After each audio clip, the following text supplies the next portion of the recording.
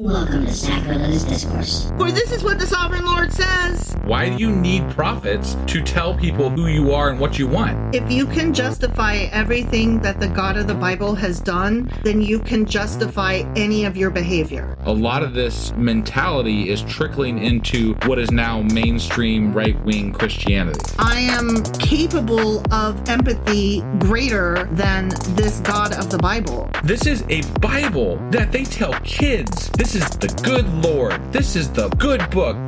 He is fantasizing about murder, mass murder. Head over to sacrilegiousdiscourse.com right now to find out how to leave us a review or support us on Patreon.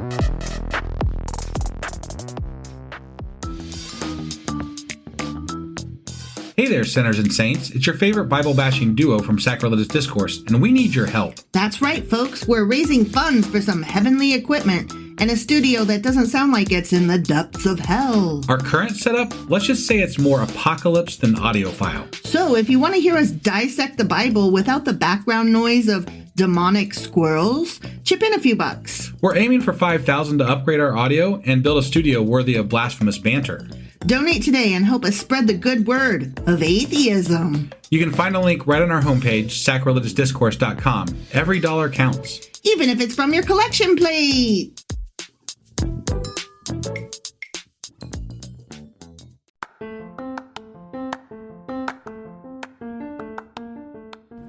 Welcome to Sacrilegious Discourse. I'm husband. And I'm wife. Together, we're reading the Bible for the very first time. We grew up without religion and wanted to know what all the fuss was about. Well, what have we learned so far? That God is a dick, and apparently some people believe in talking donkeys. We're not trying to pass ourselves off as experts. Nope, we're just reading the Bible for the first time and giving our first take reaction. If you'd like to join us in this venture, you might consider starting at episode 1. Otherwise, jump in wherever you like. All right, let's go read the Bible. Yeah, let's get to it. Husband! Wife! Do you know where the hell we're at? We are in Ecclesiastes. We sure as fuck are. And we're recovering from a weekend where everything was late. Yes. Because we were late getting everything out this weekend. Mm-hmm. And now we're back on schedule, I think. I hope. Yeah, let's do this correct, maybe? Yeah. Okay. So, Friday, we did Ecclesiastes chapter 6. No, we did chapter 5. No, yeah, no, I mean, that's what I meant. Duh, 5. We did chapter 5. So today, we're going to be getting into Ecclesiastes chapter 6, you fucking weirdo. Awesome, let's go do this. Okie dokie.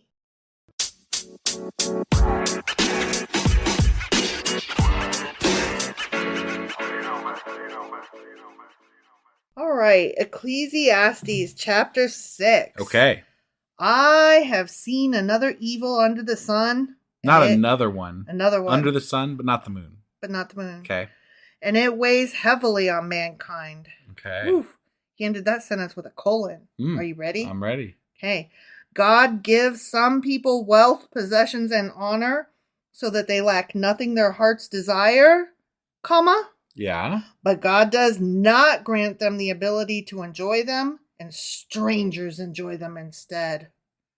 I'm struggling with this concept where the rich can't enjoy their wealth. Yeah. Because most of the wealthy people I am aware of indeed do enjoy their wealth. They go do things. They purchase lots of shit. They seem to utilize it much more so than the limited wealth that I have that does not get me things. But they also, it's not enough. They continue to need more and more and more. Okay, so it's a trapping. You get sucked into it, I guess. Of wealth, yeah. Right. Where But it's never enough. I don't see that it stops you. It just, you have to change, like it's all a matter of how you look at your wealth and your lot in life in general, whether you're poor, rich, whatever.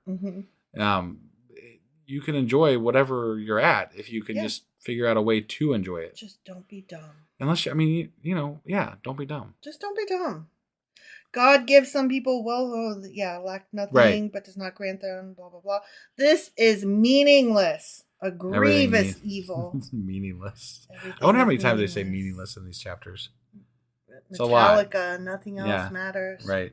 A man may have 100 children. Damn, I hope he doesn't. Right? And live many years. Yet no matter how long he lives, if he cannot enjoy his prosperity and does not receive proper burial, I say that a stillborn child is better off than he.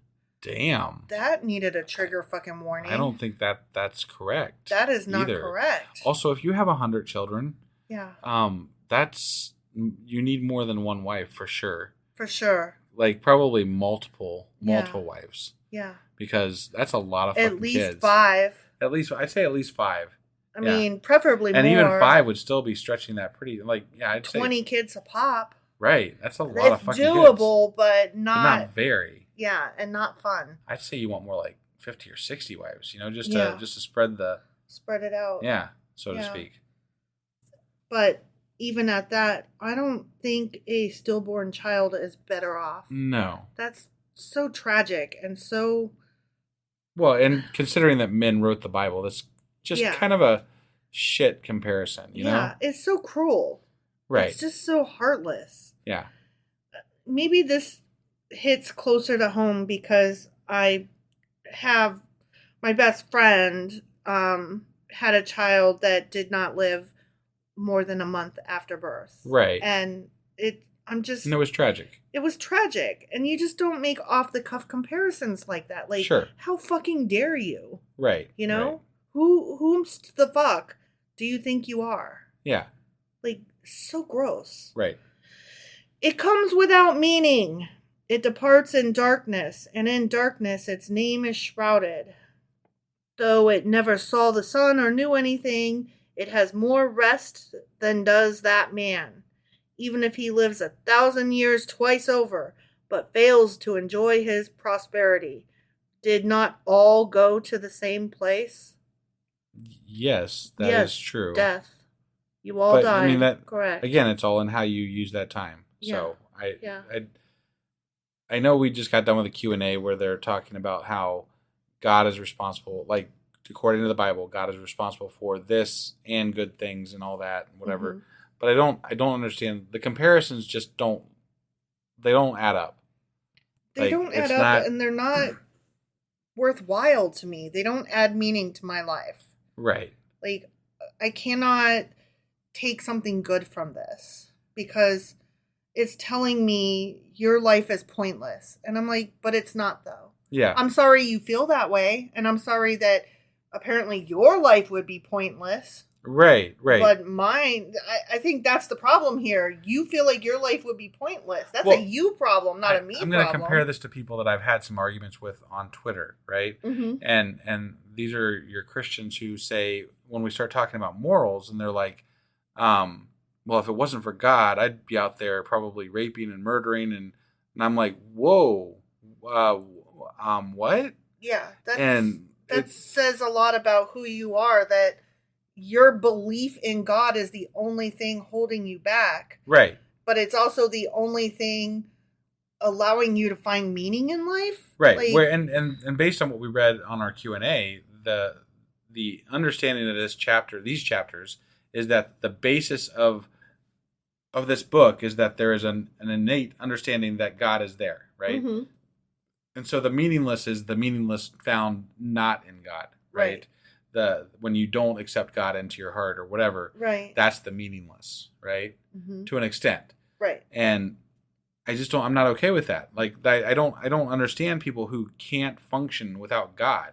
Right. It doesn't make sense to me. It's the same neediness as a couple who cannot function unless their partner is with them. Right. Like, I can't go to the movies unless my partner comes with me. I can't enjoy a girl's night out or a guy's night out. Like, I can't go out with friends unless my partner is with me. Right. Like, you're so fucking needy. You have to be secure in yourself. And that goes for if you're, doing without God. You have to be secure in your own person. Right. To be okay with the ideas that you are exploring as far as, like, if you're deconverting, obviously it takes you're breaking a lot of norms of your life to do that. Mm-hmm. But you've got to learn to be okay with your own choices and your own morals. Right. So. Right. And I sometimes wonder if people deconverting, I don't know. I'd like to hear from people who are deconverting, but I sometimes wonder if the deconverting comes with them being told over and over again that you can only have meaning if God is in your life, and them still not feeling that meaning. Right. And being like... Well, I can imagine that. I mean, I grew up in a very religious area, Mm-hmm. and I had many friends and family, for that matter, that were very religious. And there was this idea that they would push that you can't really know, happiness or anything until you know God. Mm-hmm. And I could never wrap my head around it. I'm like, what? So I'm doing fine, guys. I'm fine over here. do you think that any of them like fail to feel what they sell? Oh, 100%. Yeah. No, I mean, I think you can see that all the time in those communities. You can see that hypocrisy, just glaringly obvious on people that are part of that community. It's just that they'll never admit it, and then they expect you to join their group and live up to the higher standards that they don't actually live up to. Right. So, everyone's toil is for their mouth, yet their appetite is never satisfied. it's the same words. Yeah. It's just, they're using food. Right. What advantage have the wise? What advantage have the wise over fools?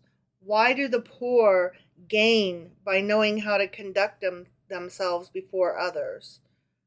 Better what the eye sees than the roving of the appetite. Enjoy what's in your backyard, like Dorothy said at the end of The Wizard of Oz. Be happy with your lot.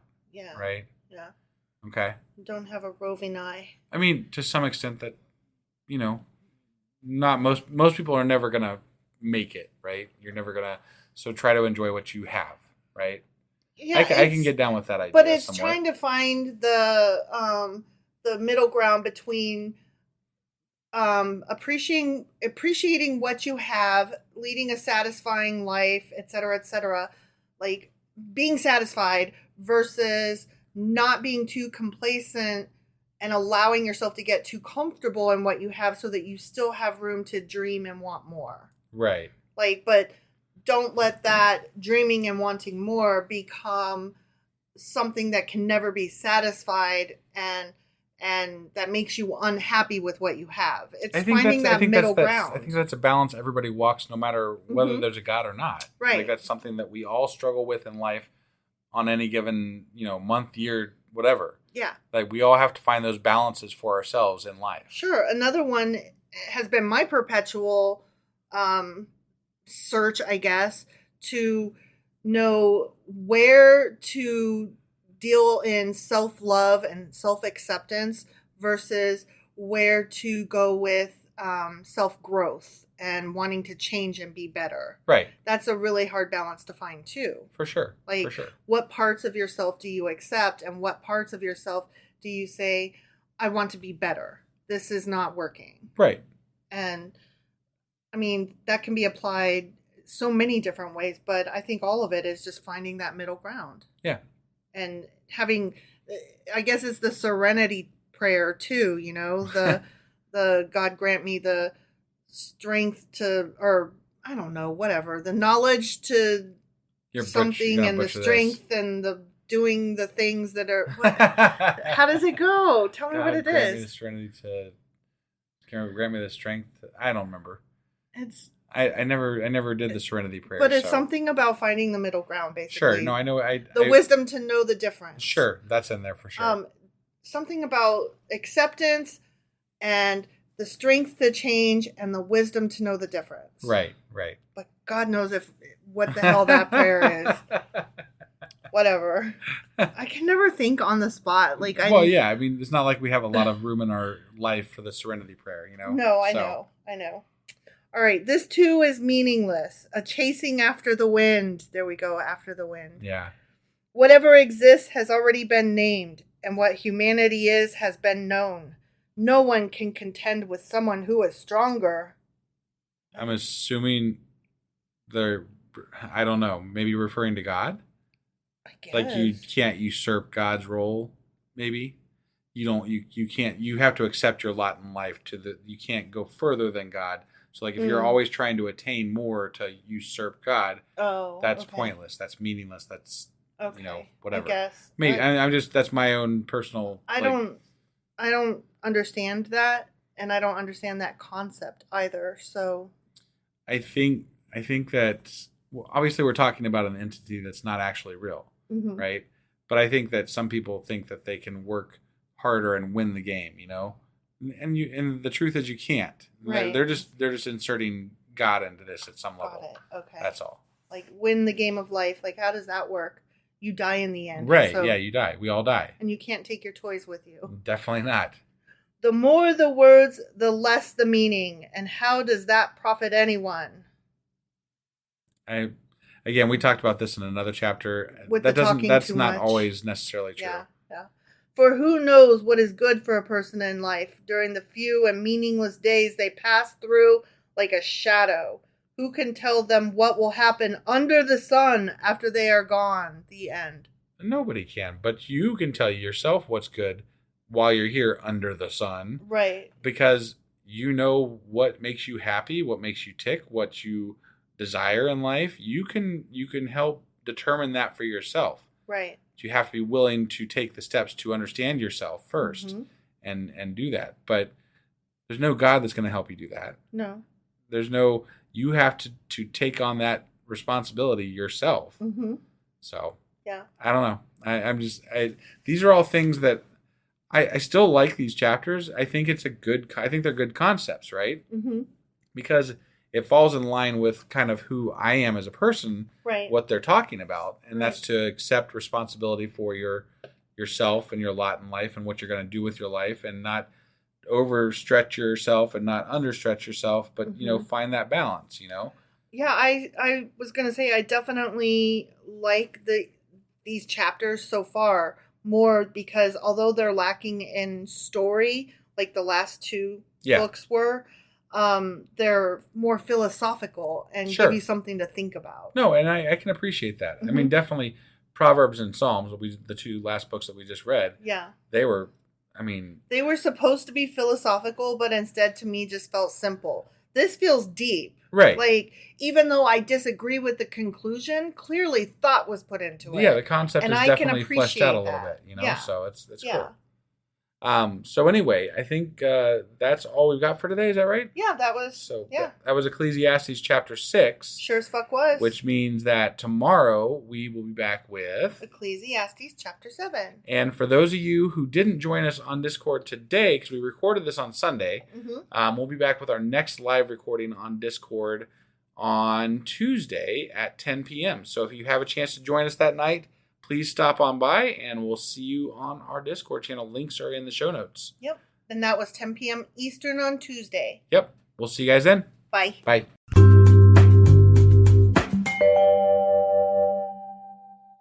Husband. Wife. Do you know where we are? We are in Ecclesiastes. We are. And we just finished chapter 6. Correct. And we said we were going to do a Patreon episode, but we never did. We didn't.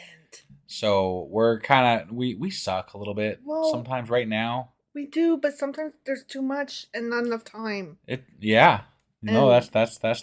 what happened. And that is what happened.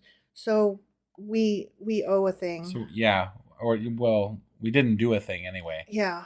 And we'll get to it soon. We will. Sorry. But not today. Sorry. Or yesterday. Sorry. So anyway, we just finished chapter 6 of Ecclesiastes. Sure as fuck did. Which means that today we're getting into Ecclesiastes chapter 7. All right, let's go do this. Okie dokie.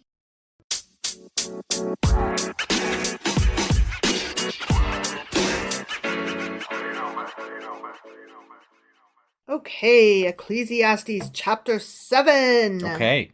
A good name is better than fine perfume. Wow. A good name is better than fine perfume. Your reputation. Having a good reputation. See, here I was trying to think of good names, and all that came to my head was Pee Wee Herman. Oh I don't know why, but I thought, that's a good fucking name. That is a Pee Wee Herman. That is a good fucking name. May he rest in peace. Yes. But, but that is not what they're going for here, I think. I mean, how can you ever forget a name like Pee Wee Herman? You cannot. You can never forget that name. Nope, you cannot. But yeah, they're talking about reputation. Reputation, yeah, reputation is important too. And keeping up your reputation for being a good, decent, reliable person is better than perfume. I mean, it is. I don't like perfume, so I would always agree with that. Oh my God. Okay, it's better than not being stinky. It's better than being a fine-smelling person. Got it, yeah. And the day of death, better than the day of birth. Why? Probably because you will have lived life. And so everybody knows your name, like a bar. I guess. But like, to me, my day of birth is so much better than my day of death because I have so much more life ahead of me. That's what I would think. But these are people looking at things differently. Right. They're looking at death means that all of the hardship is behind you and the only thing left is your name and your reputation and you're off to better places. But you're not, though. I mean, according to them, you are. Right. But I mean, I'm just saying, like, that's why I'm not down with that. Right. I'm just saying that's probably what they think. Sure. No, I get it. It is better to go to a house of mourning than to a house of feasting. For death is the destiny of everyone, and the living should take this to heart. I don't know if that's I don't know that I agree with. Again. Death isn't my quote unquote destiny. Like, I'm not like aiming for death. No, it's just something that's inevitably going to happen. Right. And I definitely am not trying to speed along to that point, you know? It's like they went from like, it's so sad, we're all going to die. And they went from like, I can't hardly deal with it to deal with it so much that that's just where you're going. And so you want to shoot for it. And I'm like, whoa. There's a happy medium where you understand that you're going to die, but you don't let that color your days. Right. Except insofar as how do you want to be remembered and what do you want to accomplish before you're gone? Well, I mean, just to put us in context of where we're talking about thousands of years ago, right? Mm-hmm. So these people had to have been way more concerned about death than we are today. Sure. Now, that being said, even today, in this day and age, people are very concerned about death. That's why religion is so prominent, and it's why we try to stay young. And like it's a very... all those creams to remove your wrinkles and whatever. Right, but life expectancy back then was not what it is today. Right. Though we're going in the wrong direction today. Yeah, but yes, still, we are. In America, anyway. It was a lot more relevant and imminent, probably, for them, even at a younger age back then. Mm-hmm. So I guess maybe it was a bigger subject. Sure. That being said, I still don't agree with the sentiments exactly because they're based in a religious world. Right. No, totally agree with you. Frustration is better than laughter because a sad face is good for the heart. That's not what I hear. Say that one more time. I'm sorry. Frustration is better than laughter because a sad face is good for the heart. Again, where are they getting this fucking information? Every science I've ever read is the opposite. Right, yeah, opposite. No. Smiling is good for you. Right. And laughter is the best medicine. Yeah. And trying to make the best out of a bad situation, and etc. Sourpuss is bad for you. And it gives you wrinkles. Right? See? Yeah. The heart, I'm trying to think, like, okay, am I taking this out of context? Am I not understanding a greater message here? Okay. Sure. Like, okay, frustration is better than laughter. Maybe they mean that letting your anger fire you up to give you forward motion is better than just being frivolous and silly. I suppose you could. Frittering away your time. I suppose you could take it to mean that. Maybe that's what they mean, and it's just poorly translated and poorly phrased. I don't know. There was the other bit about a sad death face is and all that, and how they were, death is better than birth. Yeah. So I feel like this is not what you're like. I appreciate your try at trying to make it have a better meaning. But I don't feel like that's what this is. I feel like also they're saying, like, if you have a sad face, that means you're a serious person. But if you have a smiley face and you're happy all the time, then you're just a frivolous, silly. Like, you're a clown. You know what? They can kiss my ass. Yeah. So you're only as old as your demeanor, not your age. Right. No wonder you guys had lower life expectancies. Yeah, it had nothing to do with your lack of advanced medicine. Right. No, that wasn't it at all. The heart of the wise is in the house of the mourning, but the heart of fools is in the house of pleasure. Okay, so they are equating happiness to sin, essentially, Mm-hmm. and frowning to seriousness. Yes. So you were closer actually than I was, I think, as far as your take on it. Like they're trying to portray this serious side versus this frivolous side. So they're not saying necessarily, at least as far as I'm taking this, don't be happy. What they're saying is don't waste your money on like lots of wine and, you know, sex houses of pleasure and stuff like that. And, yeah. Like, you can be happy and smile, but don't let it be over frivolous fripperies. Sure. I But guess. I also think that they had a very warped sense of idea as to what happiness meant and serious meant back then, too. It's not exactly correct. No, it's not. It's not even close to correct, actually. Because, like, if I'm in my backyard looking at that wild bunny, and I know I keep bringing this bunny up, but, man, yo, he's cute. Yeah. There's nothing cuter than a wild bunny. Right. That comes and visits your backyard. Yeah. And if I'm smiling, I'm not being frivolous and frippering away my time. You know? You're just enjoying I'm accepting life. one of the small pleasures of life. Yeah. You know? Some religious folk might even call it one of God's gifts. Yeah. I wouldn't, because I'm not. Right. But, you know, try to reconcile those two, y'all. Yeah. I don't know what they're getting at here, and I don't, like, this whole book thus far has been very down. Yeah. Very dark. Yes. Very, not happy. Right. Very depressed. Eeyore. Womp womp. And so I feel like this is, like, we talked about this earlier, but like this is like a style of writing, right? Mm-hmm. That was that barely made it into pessimism literature right, that barely made it into the Bible. Yeah. But they're trying to turn it to make even this type of writing toward God. Yeah. At some level. Mm-hmm. And it's just not working for me. No, me neither. I'm not its target audience, granted, but still. Right. It is better to heed the rebuke of a wise person than to listen to the song of fools. I mean... Sure. Okay. Yeah. But I feel like we're digging back into, like, Proverbs here almost. We are, so. yeah. Like the crackling of thorns under the pot, so is the laughter of fools. This, too, is meaningless. Yeah. Okay. Well, sometimes it's you guys fun are kind of just You're boring. heels. You're boring. Yeah. And sometimes I like a good fool to make me laugh. Oh, yeah. You know? Yeah, and there's nothing wrong with that. Some of the funniest movies, you know, Monty Python. Right. I'm not going to feel ashamed for enjoying those and for having a good laugh at some fools. Definitely. So there.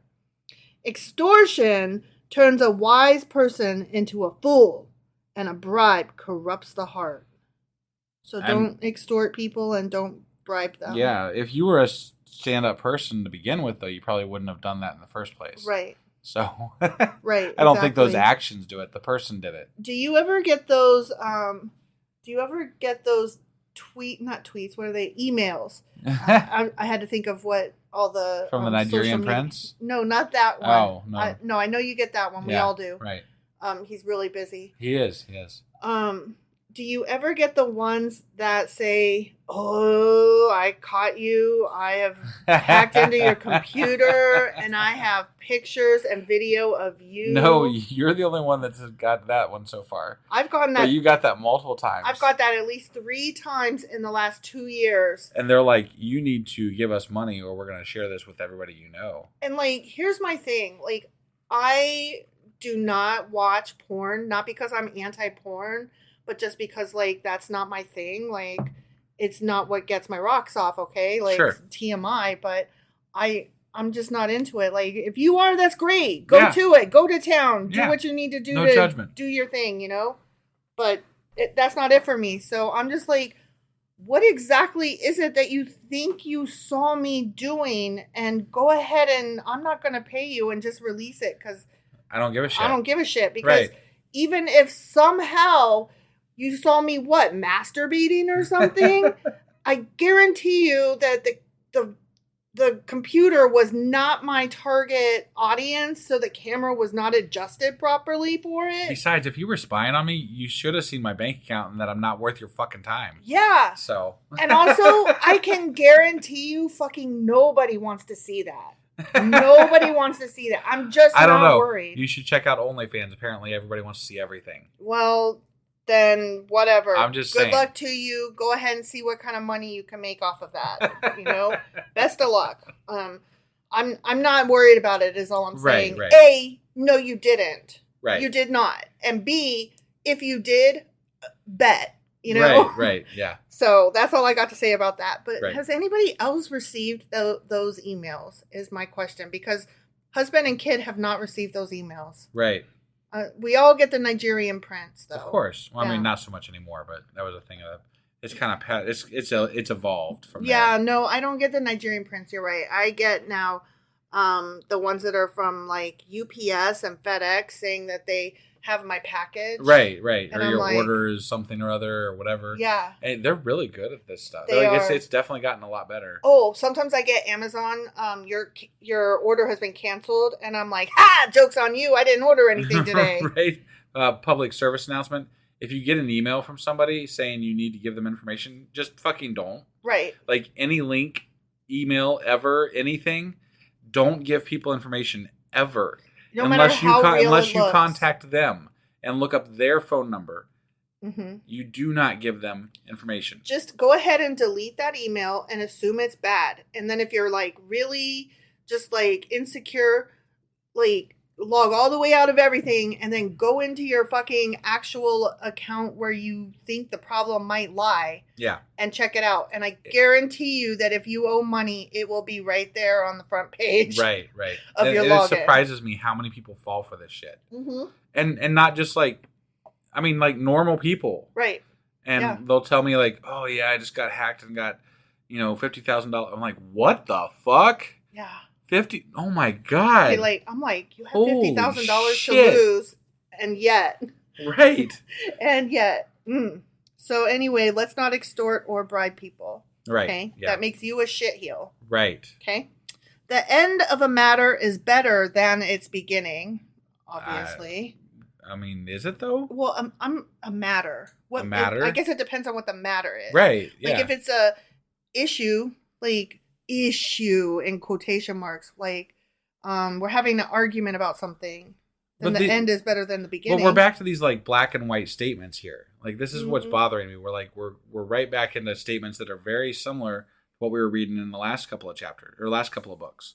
And why are we back in the same type of like back and forth white and because black and white statements? that's the section of the Bible that we're in, though. They stuck all of these so-called wisdom literature all in the same section. Got it. So although the first couple chapters were like pretty and poetic, Yeah, no, I like seems them. like we're back to the previous two books of Right.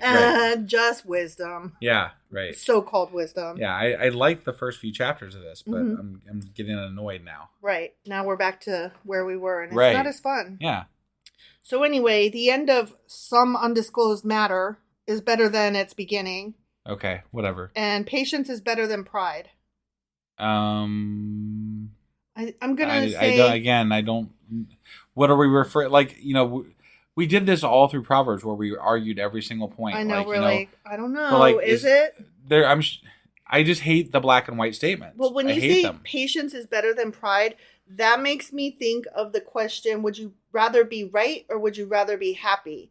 And I always answer that question incorrectly because the answer is supposed to be, I would rather be happy, in which case I will allow you to take the answer and pretend that you're right, even though you're fucking wrong, because in the end, does it really matter? And so let's just be Sure. happy and get along. Right.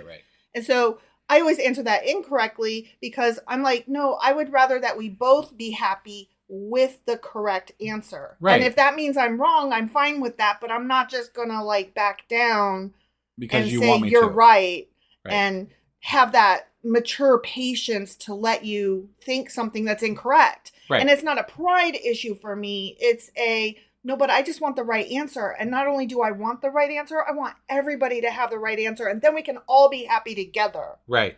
And that's what this reminds me of. Yeah. And so I don't like it. No, I don't either. I mean, like I said, I don't like these black and white. Like, you and I have had a discussion about patience and pride and stand, whatever. We've had these discussions amongst ourselves outside of the Bible and outside of this podcast. And there is a place for both. Yeah. But like, when it comes to certain people in our families, in our extended families, you always point out to me, it would be better to just be patient, be the bigger person, and just let them have it, blah, blah, blah, blah, blah, because it's family and it's more important to just get along. And you are way better than that. You are way more emotionally mature than I am in that. And I'm still trying to find my place between either choosing this moment to stand up or back down, and to ask myself, is this a moment that requires a right answer where we can all be happy with the correct information, or when I am indeed just letting my pride not allow me to let this person be over me? Yeah. So, yeah, we have talked about this because we both But again, there is issues. a place for both types of scenarios. Yeah. And the black and white is not, it's not okay. It's not okay. Do not be quickly provoked in your spirit, for anger resides in the lap of fools. It's same vein. Sometimes, But it's the same thing. Yeah. It's the same discussion we just had. Don't make rash decisions out of anger. Sure, Right. I'll agree with that. Like, don't ever punish your children out of anger. Right. Like, people sometimes they'll spank their kids just because they're so mad. Right. Like, no, send them to their room, give it a minute, and then, think about why you're so mad and what the correct punishment should be. Right. I'm not saying don't punish your child. Right. I'm saying don't spank out of anger. Yeah. Don't be a dick. Right. Don't beat your kids. For God's sakes. Right. Okay. Do not say, quote, why were the old days better than these? For it is not wise to ask such questions. Ooh, I know some Republicans that could take that to heart. They're always talking about some old days. And I'm like, hell, their whole campaign's based on that. Make Right? America great again. Right? Yeah. I'm like, are you talking about them old days when women stayed in the kitchen and black people were still the ones in charge of raising your kids so that you could go be white out in public? Right. Like, is that the ones? Yeah. The ones where we had slavery? Them good old days? You know it is. Well, I'm not for that. Yeah. Me either. I personally, as a woman, like having the vote and like being able to be a co-host on a podcast. Right. I rather like being an equal. Thank you. Yeah. Have a nice day. Wisdom, like an inheritance, is a good thing and benefits those who see the sun. I mean, wisdom is good. Yes. Yeah. Sure. No arguments. Yep. Wisdom is a shelter as money is a shelter, but the advantage of knowledge is this. Wisdom preserves those who have it. I mean, money can help preserve you too. But you can gotta be buy smart. a lot of comforts. You gotta be smart enough to know how to spend it properly, so you Not don't if waste you have it on a too yacht. much. I mean, Yeah. I'm just saying, if you're Jeff Bezos or Elon Musk, you don't really have to worry about where you're spending your money. But you also, it's the invisible man syndrome. Like, what would you do if you knew that you couldn't get caught? That's the whole story of the invisible man. Got it. Right? Right. And that's what being too rich is. Your conscience is effectively removed. Right. Right. And your brain is warped. So, obviously. Yeah. So don't be invisible and don't be too rich, because your brain done gonna get warped. Yeah. Consider what God has done. Who can straighten what he has made crooked? Say that again? Consider what God has done. Who can straighten what he has made crooked? Like a river, like a crooked river. So I guess the answer is nobody, obviously, because right, God God's did it. the bestest. Right. Yeah. Okay. So consider what he's done. Okay. When times are good, be happy, but not too fucking happy, Right. When times are bad, consider this. God has made the one as well as the other. Oh, there we go. There we go. Yeah. Always find comfort in the fucking Lord. Right. And when shit sucks, then just be like, there's a reason for this. Right, but I want to know why. Yeah. And I would like to talk to the dude. Yeah, just get me enthusiastically on board. Right. Like I've always said. If you got a great... Dude, you're God. Yeah. You should be able to just like implant this information in my head right now. And you know what? If you're like, your brain would explode. I'll challenge accepted. If my brain explodes, it explodes. I'll take that risk. What would happen right now if like God just implanted this information? I just started speaking God speak like right now. Right? Right? That'd be awesome. Right. I mean, wouldn't you take that as like, oh shit? No, I would have a lot of questions, and I would have a lot of arguments, and I would have a lot of shit to say to you. I'd be kind of pissed actually, because I'm like, dude, you waited till we're running our podcast to do that? Right? Come on, man. Yeah. Yeah. Whatever. Not okay. Yeah. There's no such thing, so it's no, okay. I know. Therefore, no one can discover anything about their future. I mean, we are tampering with learning how to do time travel. So are we? Yeah. Yeah. Okay. I'm not saying we, got it or anything, but we are tampering with it. It is no longer a ridiculous theory. It is we might be able to do it someday. Gotcha. Yeah. Gotcha. With Interesting. all that dark matter and time and distance and the collider thing, the Hadron Collider, and all of those sciencey physics things. We just have to survive, ourselves. Yes, to get there. Right. Yeah. In this meaningless life of mine, I have seen both of these: the righteous perishing in their righteousness, and the wicked living long in their wickedness. Yeah. Okay. Sometimes bad people get. I love how they started the sentence with this: in this meaningless life of mine. Mm-hmm. Like, wow. Yeah. Just you're okay.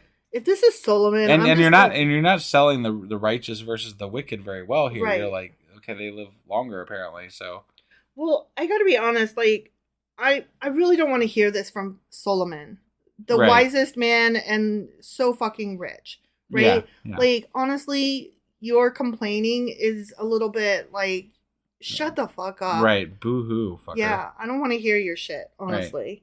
Do not be over righteous, neither be over wise. Why destroy yourself? Yeah.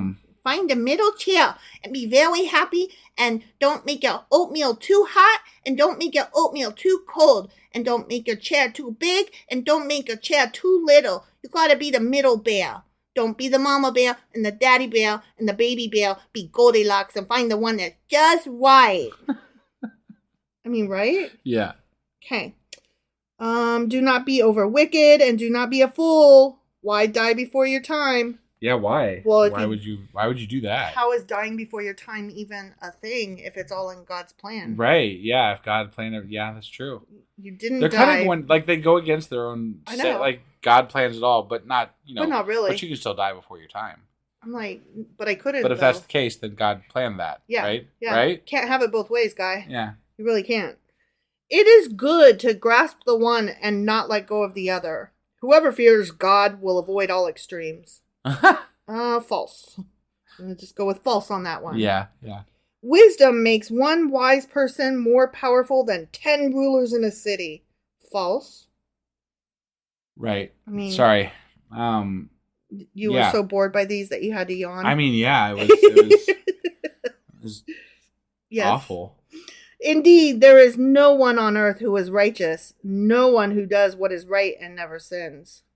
Then why are you saying don't be righteous if none of us is? I mean, I think they're trying to say you try to live up to to live up to these ideals, right? Mm-hmm. So, well, that would be without sin. Righteous means that you try to live without sin. You fail, but you try. Right. Like, those are very separate things. Yeah. So to say don't be righteous and then be like, JK, there's no such thing as righteous. And I'm like, okay, you're stupid. Do not pay attention to every word people say, or you may hear your servant cursing ya. For you know in your heart that many times you yourself have cursed others. I'm sorry, but I want to know if, well, I don't have servants or slaves. No. So there's that. But also, if I was a manager, I'd want to know if my employees were cursing me. Well, I think this goes along with, I hear what you're saying and I don't disagree. However, having said that, this goes along with it's none of your business what other people think of you. True. And don't worry about. No, you can't. Well, okay, look, I want to know only to improve myself. Like, I want to know what, like, when I've been a manager, I want my employees to speak their mind and try to make their lives better through me, right? Like if there's something that I'm doing wrong, I want to know about it. Right. So when I say I'm listening to my employees when they're cursing me, I'm listening in order to shape my management style, not to punish them for doing so. So you're not saying like I'm listening behind secret doors. You're saying I'm listening. I have an open door policy to where they can bring their complaints to me, and I will listen and hear them out. And if I overhear something, I'm not gonna. I mean, I might call them out on it, but I also am gonna do it in a constructive way, not a destructive way. So you wouldn't be like, I heard you talking shit about me. You got something to say? Say it to my fucking face. Right? You wouldn't be like never, that. never. You might be like, so I heard you had an issue with blah, blah, blah, and I wanted to hear more about that because, I hadn't really thought about it, and, maybe... Yeah, let me know what your thoughts are on the matter, and, let's see what we can do. How would maybe you have done it differently? Right. Or, I hear what you're saying, bro, and you're probably right, but to be honest, I was in a rough spot. There was nothing else I could have done. Sure. So, it is what it is. I think one of the biggest revelations that anybody ever has is that your boss is just a human being too. Right. So, right. And sometimes that human being is a dick. Sometimes they're not though.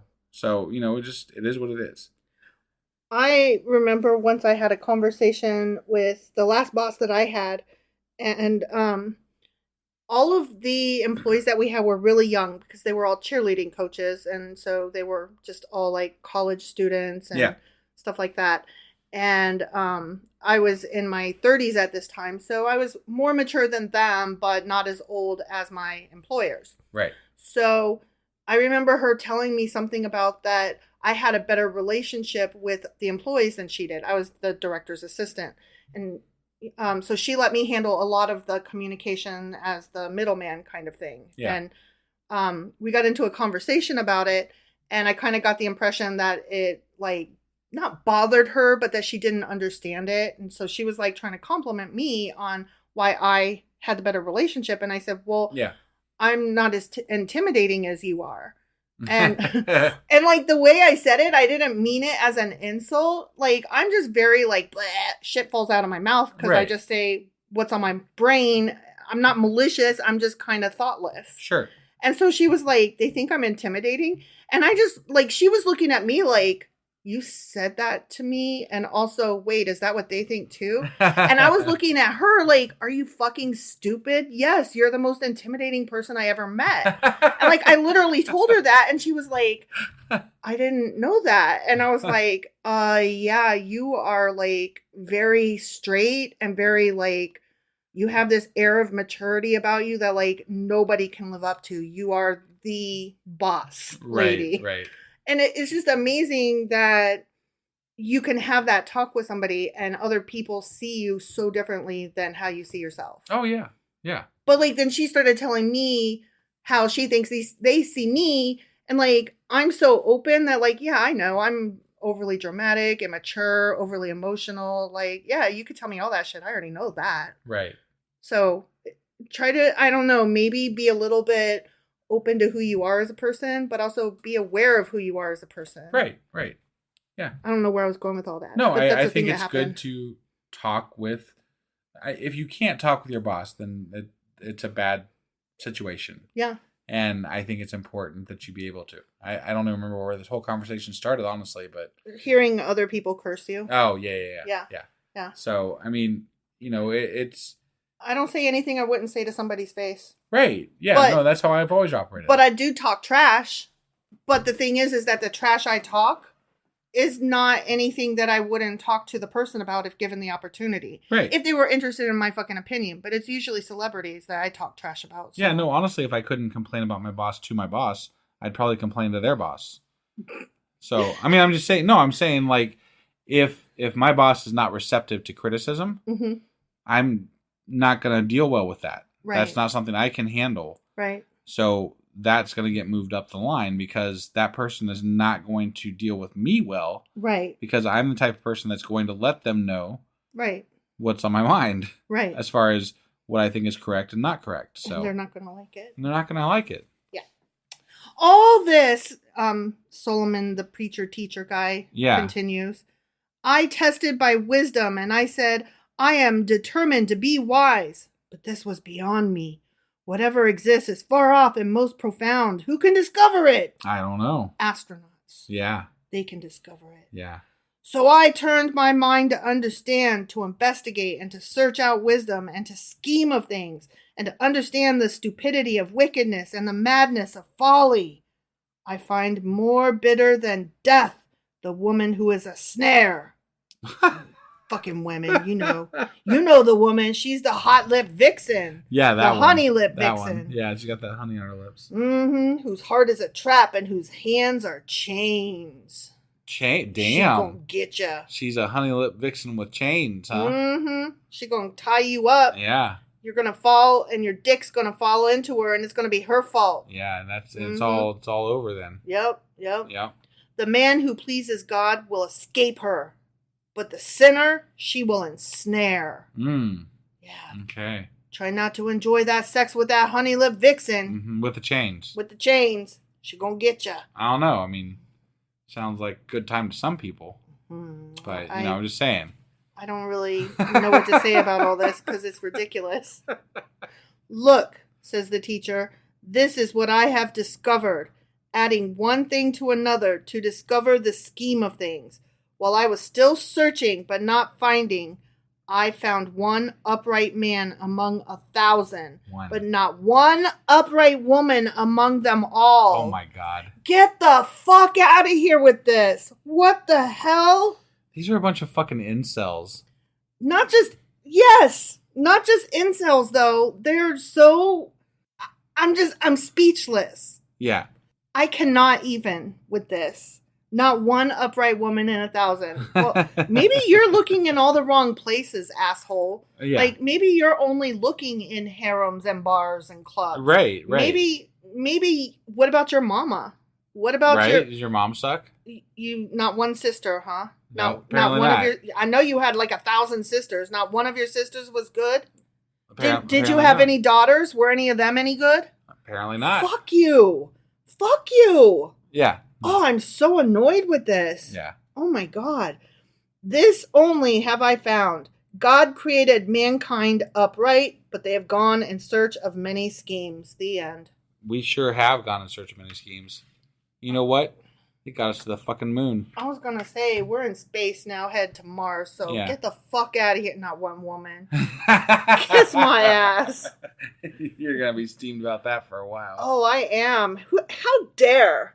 How fucking dare? Because I know who washes his undies. I'm just saying. I am not saying that women wash men's undies. Okay?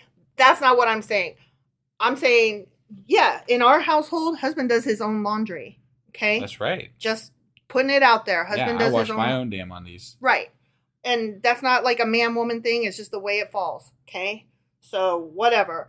But in this life, in this story, in this Bible, I know for a fact that Solomon's harem, his wives, took care of cleaning his clothes, washing his undies, making his dinner, bringing him his food, teaching him his fucking ABCs or what the fuck ever they took for writing and reading back then. Right. Okay? I know it was all women doing all that work, scrubbing his toilet. Okay? Mm-hmm. And now you're going to tell me, well, I didn't find one woman that was good among all of them. Fuck you. The Bible doesn't like women. The Bible can lick my twat is what? Certainly.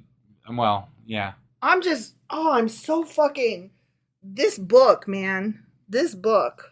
I don't have good words. I'm sorry. That's all I got right now. All right. So on that note, that was Ecclesiastes chapter 7. It sure as fuck was. And tomorrow we will be back with Ecclesiastes chapter 8. Yeah, we'll see you guys then. Yeah, bye.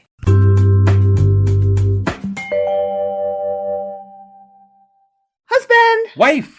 Do you know where the hell we're at? Ecclesiastes is where we're at. We are. And I think we just got done with chapter 7. We did.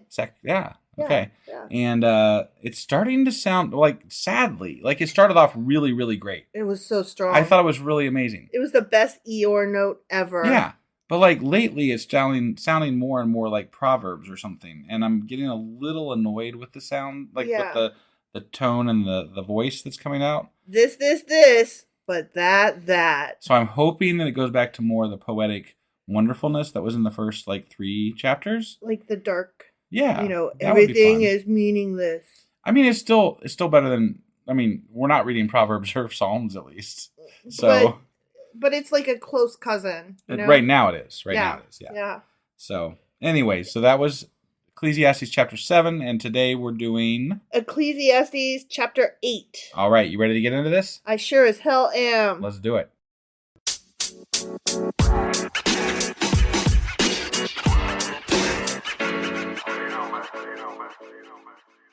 All right, Ecclesiastes chapter 8. All right. You ready for this? I'm ready for this. Okay. Who is like the wise?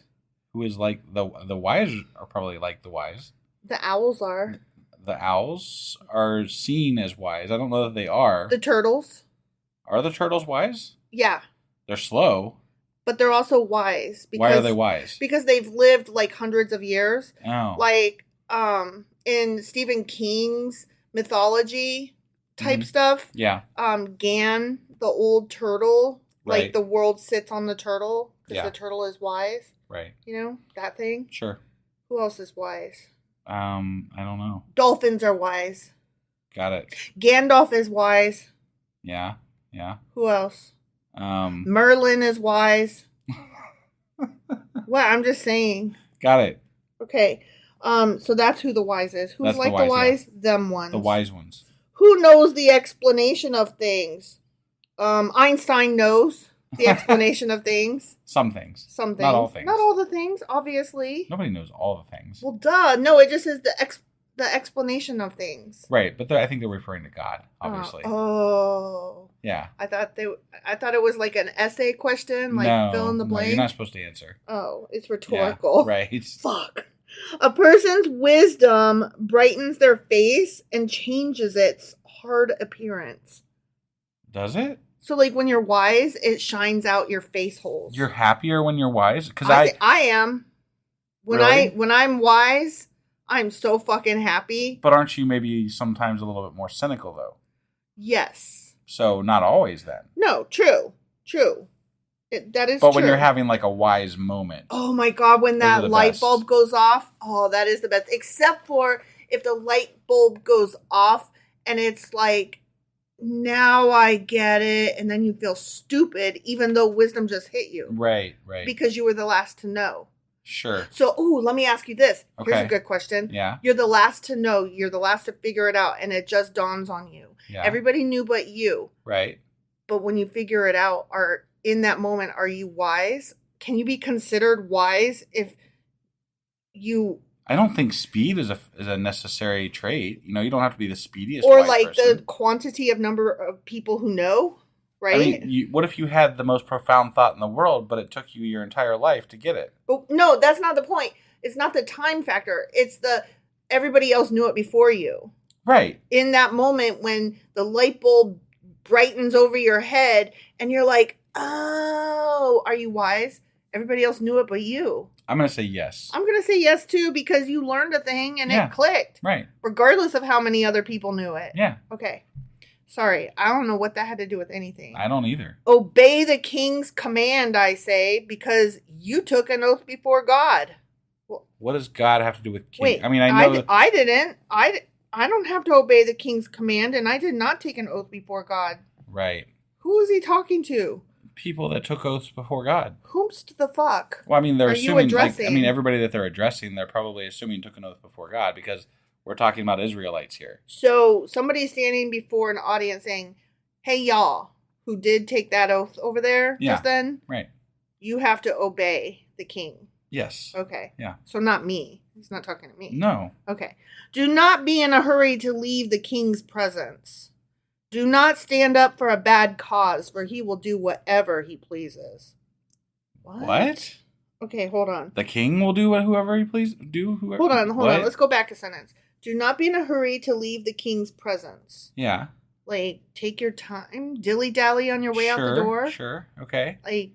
Don't do the... what is it called when you don't say goodbye to anybody? You just leave the party? It's like the French goodbye or something like that. Sure. But then there's the Midwestern goodbye where you have to say bye to every single person That's and you what have I to grew up hug with. them. Yeah, you have to hug every single person. Yeah. And then you talk in the doorway and then they walk out with you and then you're all on the front porch as you're still saying goodbye like a half hour later. Yeah. That's the Midwestern goodbye. Yeah. But I can attest that's a real thing. Yeah, it really is. Mm-hmm. I didn't know that's what it was called, but I've always done that. You Regardless have. of where I lived. Yes, you How have. you didn't know me before I moved to Ohio. No, but ever since I've known you, you have done that. That is true. Yeah. That is true. It's just friendly. Yeah. I'm just real friendly. Yeah. I'm down folk friendly, you know?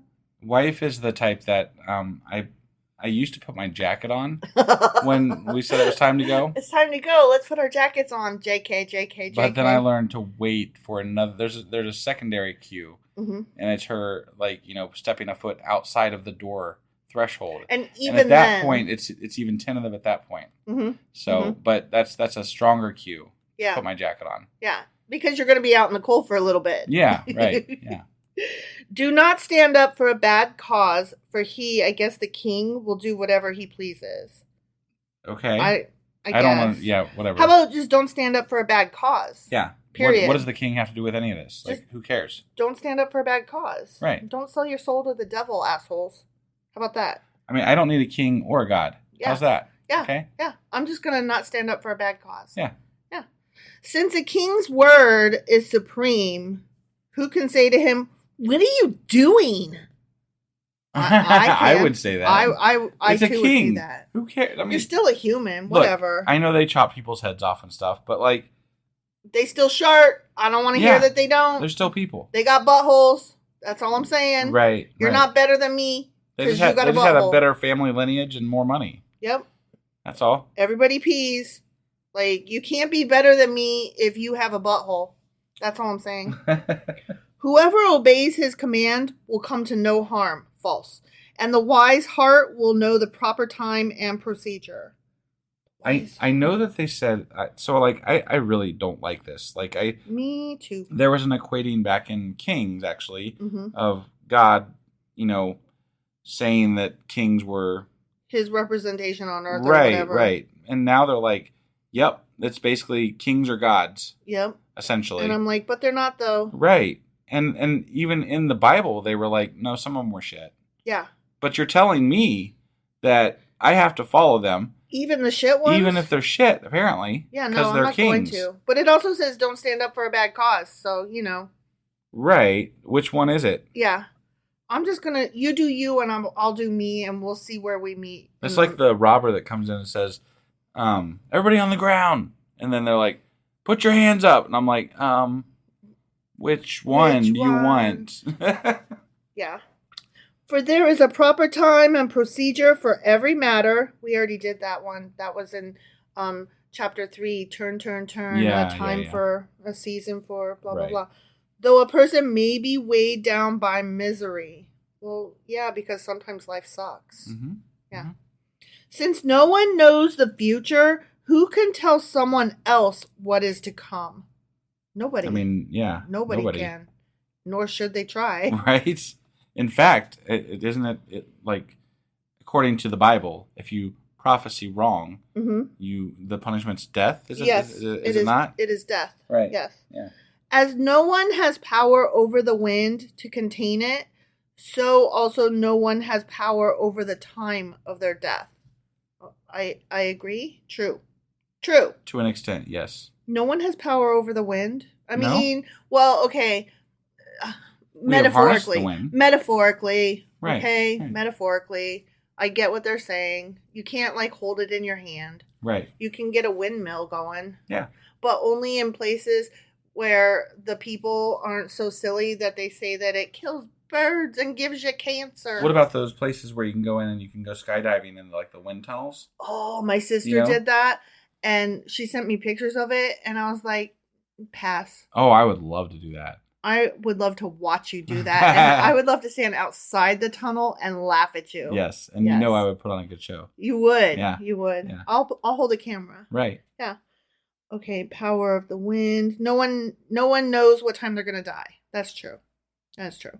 As no one is discharged in time of war, so wickedness will not release those who practice it. So say Okay. Yeah. So you're in an army, right? And it's time of war, Yeah. right? They're not going to let you out of the army because it's wartime. You got to right. stay. That makes sense. Okay. Hypothetically. Right. I mean, that actually is false. You can get discharged even during time of but war. let's just go back to older sure. times when they needed everybody, and you're not going to get discharged. You're not going to get discharged. Sure. Okay. Just like that, wickedness is not going to release practicers of wickedness. So once wickedness gets on you, just like wartime, you won't be released. I see. You won't be discharged. Right. Once you're wicked, you're wicked forever, I guess. It's like that thing where, like, you know, the only way out of the mob is in a body bag or something like that. You know, or whatever. You know. Yeah. You know. No redemption. Right. So you even if you say sorry to God or whatever, sure, you're fucked according to that sentence. Got it. So once again, the Bible is weird. Yes. All this I saw, the teacher, mm-hmm. as I applied my mind to everything done under the sun. There is a time when a man lords it over others to his own hurt. Okay. So, okay. Yeah. I don't really have anything to say about that. No. Okay. No. Yeah. Then, too, I saw the wicked buried, those who used to come and go from the holy place and receive praise in the city where they did this. This, too, is meaningless. Okay. Yeah, when people die and then they're buried, whether they're wicked or not, that happens. Yeah, I mean, there is no meaning to attribute to it. So no. it is people die. Meaningless. Yep, I hear you. It sucks, but it's meaningless. Unless you didn't like them, and then it's like, well, okay, that happened. Right. When the sentence for a crime is not quickly carried out, people's hearts are filled with schemes to do wrong. Okay, that one I do kind of agree with. Okay. Like, you should punish somebody in the moment for a crime that they've done. Because the longer that you draw it out, like with a 3-year-old, for example, right? Yeah. You can't spank them like 3 days. Not that I am condone spanking, but just for example, you can't discipline them 3 days after something rotten that they did. And then expect them to... They won't associate the punishment with the crime or the sin or what the fuck ever. True. So that's what it means. And also, furthermore, by not enacting some kind of discipline or punishment immediately, you've basically taught them that they can get away with that behavior. And much like, say, for example, Trump will come to understand, if you don't teach them not to do a thing, you have, by just that very existence of the situation, taught them that they can do the thing. Right. So even doing nothing is a choice, and you are teaching them a thing. Sure. So you have to act, or you've already taught them that they can do the thing. Right. Although a wicked person who commits 100 crimes may live a long time, I know that it will go better with those who fear God, who are reverent before him. You just know that, huh? I mean, like they may live a long time, but it's going to go better for those other people because I said so. Solomon, isn't he predicting the future here? Solomon, can you harness the wind? Right. That's what I want to know. Can you predict the future? Do you know when you're going to die? Do you know when they're going to die? It feels like Solomon is speaking for God, and I don't approve of that. I agree. Yet because the wicked do not fear God, it will not go well with them, and their days will not lengthen like a shadow. But also they might live a long time. Sometimes they do get good things because he just said so like a sentence ago. And every chapter leading up to this, bad things happen to good people and good things happen to bad people. Right. Everybody dies. Things happen. You know what? Let's just shorten this. Things happen to people. Things happen to people and everybody dies. The end. There you go. There's the Bible for you. We just covered it. Yep. Yet because, lengthen like a shadow. Okay. There is something else meaningless that occurs on earth. Ooh, I could tell you some things. Okay.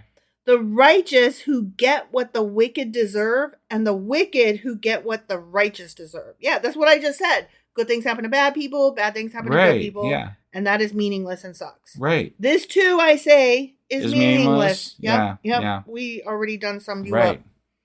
So I commend the enjoyment of life, because there is nothing better for a person under the sun than to eat and drink and be glad. Sounds like Sure. he's endorsing a life of hedonism, but okay. Then joy will accompany them in their toil all the days of the life God has given them under the sun. Sure. So just just live your best life. Live your best life. Do the best you can. Try to be good to yourself and to others. And when you make bad choices or make mistakes, try to learn from it and do better next time. Every day, try to be better than you were the day before. I'm absolutely down with the advice here. Mm-hmm. I'm not down with tying it to God or kings. Or the way it's phrased sometimes. Right. Sometimes it's exactly the opposite of the message he's trying to impart. Right. Yeah. When I applied my mind to know wisdom and to observe the labor that is done on earth, people getting no sleep day or night, then I saw all that God has done. Okay. Hold on. He applied his mind to know wisdom and to observe the labor. Yeah. And so when he did all that, then he saw all that God has done. Whatever. You're getting a little uppity there, Solomon. I don't think you did, sir. No. Yeah. You need to go get in the sea, your big old bathtub, and soak your head a little bit because you're getting uppity. Right. No one can comprehend what goes on under the sun, except for Solomon. Or God. Right. Apparently. No one can comprehend it. No one. Despite all their efforts to search it out, no one can discover its meaning. True. True. I agree with that. I mean, we keep trying, though. That's what scientists do. They try to understand everything under the sun. Yeah. And I'm down with that because it increases our knowledge of things under the sun on a regular basis. And it lets us know that, I don't know, for example, we're not the center of the universe. And that the sun is. You know? Right. Like, we circle the sun. That's not the center of the universe. It's the center of the solar system. That's what I meant to say. Yeah, just to clarify. I know, sometimes I get my words mixed up, and, like, I know what I mean, and the picture in my head is quite clear. Sure, yeah. So, thank you for correcting me. No problem. So that nobody thinks that I don't know what the difference between a solar system and a universe is. Sometimes I don't. But just then, I kind of accidentally didn't. But I do, though. When you were, When I'm speaking, if you were on like Jeopardy or something, you could probably get it. No, if I'm on Jeopardy, the answer is. If you were writing a report. If I was on Jeopardy, the answer is lunchbox. Oh, okay. Like, that's how wrong I would be. Yeah. Like, no, I've seen the smartest people on Jeopardy, and they are stupid. Because when you're under all that pressure to know an answer, and you're in front of the audience, and you got to hit the clicker just right, and the host is always a little smug because they know the answers and you don't. Right. And the people next to you, the pressure's on. Yeah. Hell no. Okay, search it out. No one can discover its meaning. Okay, even if the wise claim they know, they cannot really comprehend it. The end. Got it. Yeah, Solomon. Right. Yeah. No one knows. No one knows all the things. Okay, so to summarize. And enjoy your life. Shit happens. Yep. Everybody dies. Pretty much. Enjoy life and do the best you can. There you go. All right. That's all there is to it. Mm-hmm. All right. Have a good life. Yeah. Well, that was Ecclesiastes chapter 8. 8. Yes. And sure as fuck was. Sure. Yes. Sure. There you go. See. Mm-hmm. And tomorrow we'll be back with Ecclesiastes chapter 9. All right. We'll see you guys then. Yep. Bye.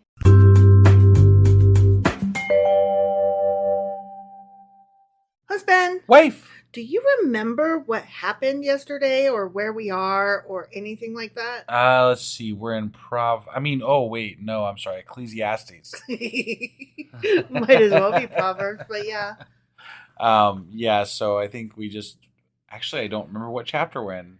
We just finished chapter 8. 8. Okay. All right. So we just finished chapter 8. Mm-hmm. And it's still sounding a bit like Proverbs. Mm-hmm. But it's Ecclesiastes. Right. And we're reading it. We are. And it started off well. It started off so depressing. Everything is meaningless. But well. Yeah. Yeah. I'm really hoping for a return to that. Betting we're not. But we'll see. So, we read chapter 8 yesterday, which means today we're reading Ecclesiastes chapter 9. Let's do this. Okie dokie.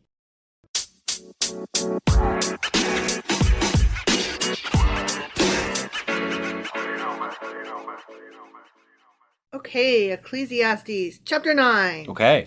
So, So, I reflected on all this, the this- depression, this the other bullshit, stuff, the everything's things. meaningless Yeah. stuff, and concluded that the righteous and the wise and what they do are in God's hands, but no one knows whether love or hate awaits them. Right. Okay. Okay. So he's like, God has control of it all, but no one knows what's going to happen. Right. But I figured out that God's in control. God knows. God knows. We just don't. Right. Which might I as don't well know. be. I'm not going to nobody spell does. out why I know God knows, other than he just does. He just does. Right. Yep. All share a common destiny. The righteous and the wicked, the good and the bad, the clean and the unclean. Ooh, pick me. Pick me. Those who suffer sacrifices and those who do not. Death? You. Death. Death. Yeah. They all go Because it's all meaningless. to the dead. Yeah. As it is with the good, so with the sinful. As it is with those who take oaths, so with those who are afraid to take them. This is the evil in everything that happens under the sun. The same destiny overtakes all. We all gonna die. Yeah. We all This is, gonna like, die. do we need a whole book to tell us, yeah, you might as well just do what you do, but probably be good, because probably God, and then, we're going to die. But definitely die. But definitely die. Yeah. The hearts of people, moreover, are full of evil, and there is madness in their hearts while they live. Damn. And afterward they join the dead. Yes. I mean, that's Aw. inevitable. The hearts of people are full of evil. My I don't heart think isn't that. full of Yeah. meevil. Evil? Yeah. Yeah. Is your heart full of meevil? No, my heart is not full of evil. Is there madness in your heart? There's not madness in my heart I either. might have a little bit of madness in my heart, but not enough to I think it's write in my. a chapter I mean, about it. if I have any, it's in my brain. Yeah. But yeah, no chapters. I couldn't write a chapter about it. Right? Anyone who is among the living has hope. Okay. Even a live dog is better off than a dead lion. Didn't they say earlier it's better to be a stillborn than to be an adult, like alive or something? Yeah, yeah. So, like, they can't even make their mind up about whether you should be alive or dead. I don't know if a live dog is better than a dead lion. That just seems like a really odd comparison to I me. mean, I would rather a live dog than a dead lion, unless the dog was mean, in which case that's not as good. Cujo Right, yeah, was, Cujo, that dog, that was a mean dog. But I felt sorry for that dog because it had rabies. It was a did. nice dog until it got the rabies. Right. And then it was a murderous hound. Yeah. And it was like, "Rah!" And it was like chasing them down and tearing them up. Right. That dog killed a lot of people. Yeah. Okay, but a dead lion?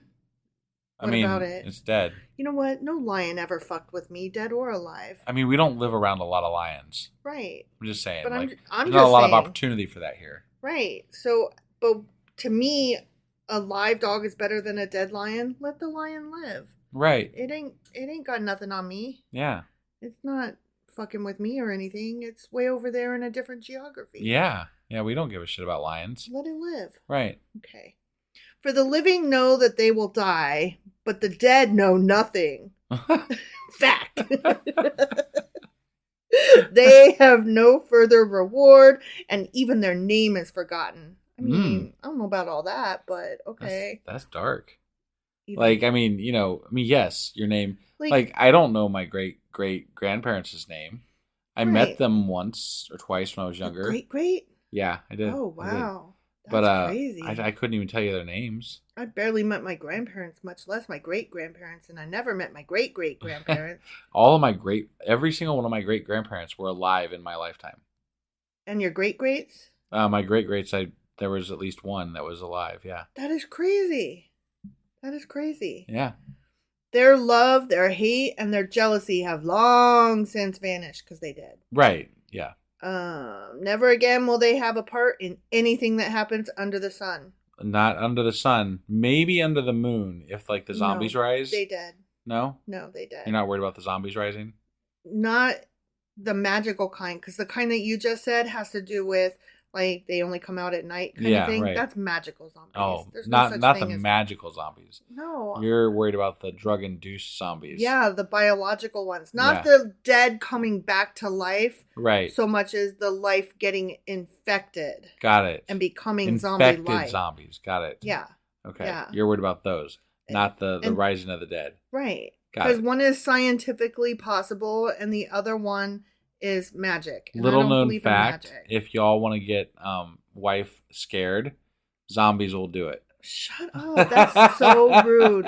It's true though. Yeah, I'm horrified of it's not just zombies. I figured out what it is. It's the being chased. Right. Like anything that's chasing me is scary. To be fair, I'm bees. Like if you get Yeah. you get me around bees, and I'm like, nope. Yeah, you'll leave everybody Oh yeah. and you're See like, ya. every man for himself. Die. Yep. I don't care. I ain't got to be faster than bees. I just got to be faster than you. I mean, yeah. Mhm. I've seen it in action. Right. You can't fight bees. They're too small. You can't really fight zombies because they don't give a fuck. You can't reason with them. Well, but you just gotta get their brains, you know? I'm just saying. I'm scared of them. There's a way. There's not a way. No? No. Okay. Because they might be stronger or faster than me. They might be. But generally in the movies they're not. That's not true. 28 days later, I said generally. I didn't say all. they were so fast in that movie. Yeah, they were. In that movie they were fast. There are sometimes fast zombies in movies. Some of the Walking Dead zombies are fast, aren't they? I don't know. I don't watch that show, but I don't. They've kind of gotten away from zombies in the Walking Dead. It's more people now. oh really? Yeah, like they're not so much concerned about zombies as they It's are putting society back together and Right. failing badly at it. Right. Yeah. Go eat your food with gladness and drink your wine with a joyful heart, for God has already approved what you do. So Okay. he's saying just do what We you're already going got to it. do. I mean, technically, God already knows what we're gonna do. Yeah. So I mean, you might as well just do it because He Yeah. apparently already knew. It doesn't matter. Right. Under the sun. Whatever it is you're gonna do it, and He already knew. Yeah. So you just do it. Yeah. Always be clothed in white and always anoint your head with oil. Why? I don't wear white, Right. especially Like not after white Labor seems Day. very impractical. You're not supposed to wear white after Labor Day. I never understood that exactly. I don't know. There's got to be a logical reason behind it, I but think it has to do with snow, but I don't really Okay. understand.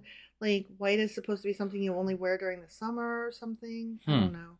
It's not a practical thing. It's a Miss Manners thing. It's bullshittery at its finest. It's that, forks and spoons go on which side of the plate and put your napkin in your lap and got it. you know what I mean? It's that bullshit nonsense of just certain social rules like that you're supposed to follow for no fucking reason. Right. One right. means you're classy, one means that you suck. Yeah. And I can't be bothered to give a shit about that. Right. It's nonsense. There was this thing. It reminded me of this thing that happened.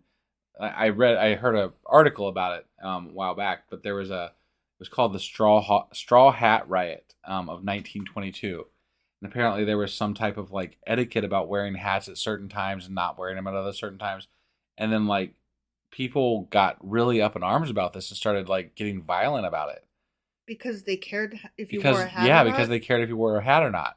Oh. You'd have to look into it a little bit more to find out all the details, but yeah, it was about basically when you should wear straw hats or something like that. And I think some people took it a little too far because they were allowed to. Like they were like, well, you're not supposed to, so I'm going to go knock that off your head and whatever. Right. Some people took it a little too far and then it got out of hand. Yeah. But yeah, like that's taking etiquette to like the next level. Yeah. But that's the word I was looking for. It's that etiquette, but it's for no reason. It's social rules that are not necessary. Right. It's beyond don't stab each other. And make sure that you wear clothes that everybody else approves of. Right. But no, I don't have to. No, yeah. And it literally hurts nobody. Yeah. And some would say, but it hurts you and your social standing. And I'm like, I don't really need a social standing because I don't need everybody to like me. I need really honestly to kind of be left alone. Sure. So if I wear stuff on the wrong day, I'm fine with it. Yeah. Yeah.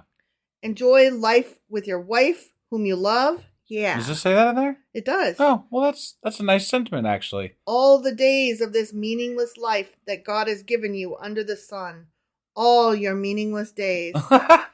Wow. It's depressing. Hey, wife. You're gonna die. I will Go be happy. I would love to spend all my meaningless days with you. Oh, really? Yeah, yeah. That would make my meaningless days still meaningless because I'm just a woman. And it doesn't tell me how to live. Right, right. For this is your lot in life and in your toilsome labor under the sun. Everything sucks. Yeah. Hope you have a wife. But while you're there, love your wife. Yeah. Yeah. Whatever your hand finds to do, do it with all your might. For in the realm of the dead, where you are going, there is neither working, nor planning, nor knowledge, nor wisdom. Yeah. Yeah. Whatever you do with that hand of yours. Yeah. Make sure you do it with all your might. All your might. Put some muscle into it. I have seen something else under the sun. Not something else. Yeah. Wow. So many things under the sun. It's like they're all under the sun. Right? All the things. All the things are under the sun. Yep. The race is not to the swift or the battle to the strong, nor does food come to the wise or wealth to the brilliant or favor to the learned, but time and chance happen to them all. Yeah, life happens. That is true. Shit happens and then you die. Yeah, that's the better. Yeah, I like that. Yeah. Moreover, no one knows when their hour will come. True. Again. Unless you have been like stabbed and you're not going to make it more than right. say an hour. Yeah. You got an hour tops before you bleed out or whatever. Right. As fish are caught in a cruel net, or birds are taken in a snare, so people are trapped by evil times that fall unexpectedly upon them. Yeah. Okay. Bad things. It's not necessarily happen always evil, though. No. Sometimes rock just falls on your head. I was going to say, sometimes you just trip and fall over the cliff. Yeah, right. It's not evil, it just shit. It sucks. It happens. Right. Yeah. Sometimes you put things into your oven and you follow the directions and you put it at the correct temperature that it said and you leave it the exact correct length of time and then you take it out and it's burnt. And you're like, God damn it. And that wasn't evil. No, it just fucking happened. It just fucking happened. Sometimes it just doesn't work out in your favor. Sometimes you go to the store for Dr. Pepper and they're out. You know? It's not evil. Just everybody around me bought all the Dr. Pepper and the store didn't stock it well enough. Right. I also saw under the sun this example of wisdom that greatly impressed me. There was once a small city with only a few people in it, and a powerful king came against it, surrounded it, and built huge siege works against it. Now there lived in that city a poor but wise man, and he saved the city by his wisdom. Wow. Oh, but nobody remembered that poor man. Oh, because he died? So I said, wisdom is better than strength, but the poor man's wisdom is despised, and his words are no longer heeded. The quiet words of the wise are more to be heeded than the shouts of a ruler of fools. Wait, why is he despised? He saved a city. I don't think he's despised. I think he's not remembered. That's different. Okay. Like, it said he was not remembered, not that he was despised, and then it was like, he's despised. And I'm like, you just said he but that's wasn't. why I'm like, why does it say he's despised? I think the writer of this book got it wrong. He wasn't despised. He was forgotten. Okay. The way we always forget people. All right. You know? Yeah. I think this book is wrong. I agree. You got it wrong, book. Yeah. Okay, ready? I'm ready. Wisdom is better than weapons of war, but one sinner destroys much good. The end. Yeah. Wisdom is better than weapons of war. The pen is mightier than the sword, except for when Indiana Jones shoots you when you were like twirling your sword around. It's one of my favorite. You know why that scene happened? Yes, I told you why that scene happened. Well, then you tell it then. Because everybody on set had diarrhea that day because Yeah. they all had like eaten some food poisoning stuff or something. Right. And he couldn't be bothered, and he was like, I can't with this. Right. And he had to shit. And, so he's just like, I'm just going to pull out this gun prop and I'm going to be like, psh. And the director loved it so much he kept it. Right. Apparently, the guy that played Sala, his friend, Yeah. he shit his pants on set. Oh, damn. Apparently, yeah. Mm. Yeah, everybody Good was suffering stuff. that day. Right. Yeah.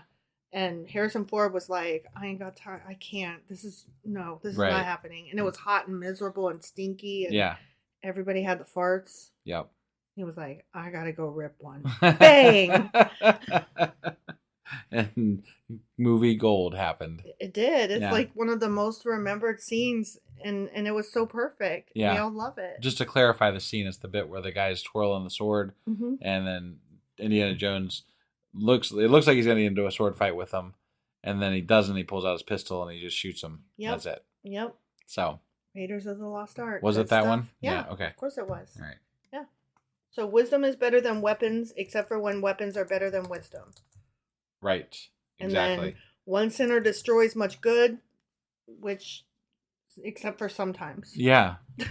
And it's in things Yep. and stuff. Still do your best. The end. All right. Well, that was Ecclesiastes chapter of 9. Still 9. 9. Mm-hmm. And so that means that tomorrow we will be doing... Ecclesiastes chapter 10. All right. We'll see you guys then. Yep. Bye. Bye.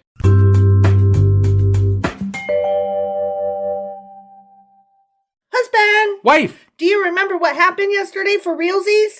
Yeah. The Jewish people decided to kill a fuck ton of people. They sure as fuck did. And then they partied afterwards. They sure as fuck did. Yeah. How fun! Whee! I love going out to dinner after I bloodshed. Good stuff. Murder's Good old fun. Purim. Yummy! Good times. Yum, yum, yum, yum, yum. Yeah. So that was Esther chapter 9. Yes, it was. And today we're going to be reading... Esther chapter 10. All right. Let's go do this. Okie dokie.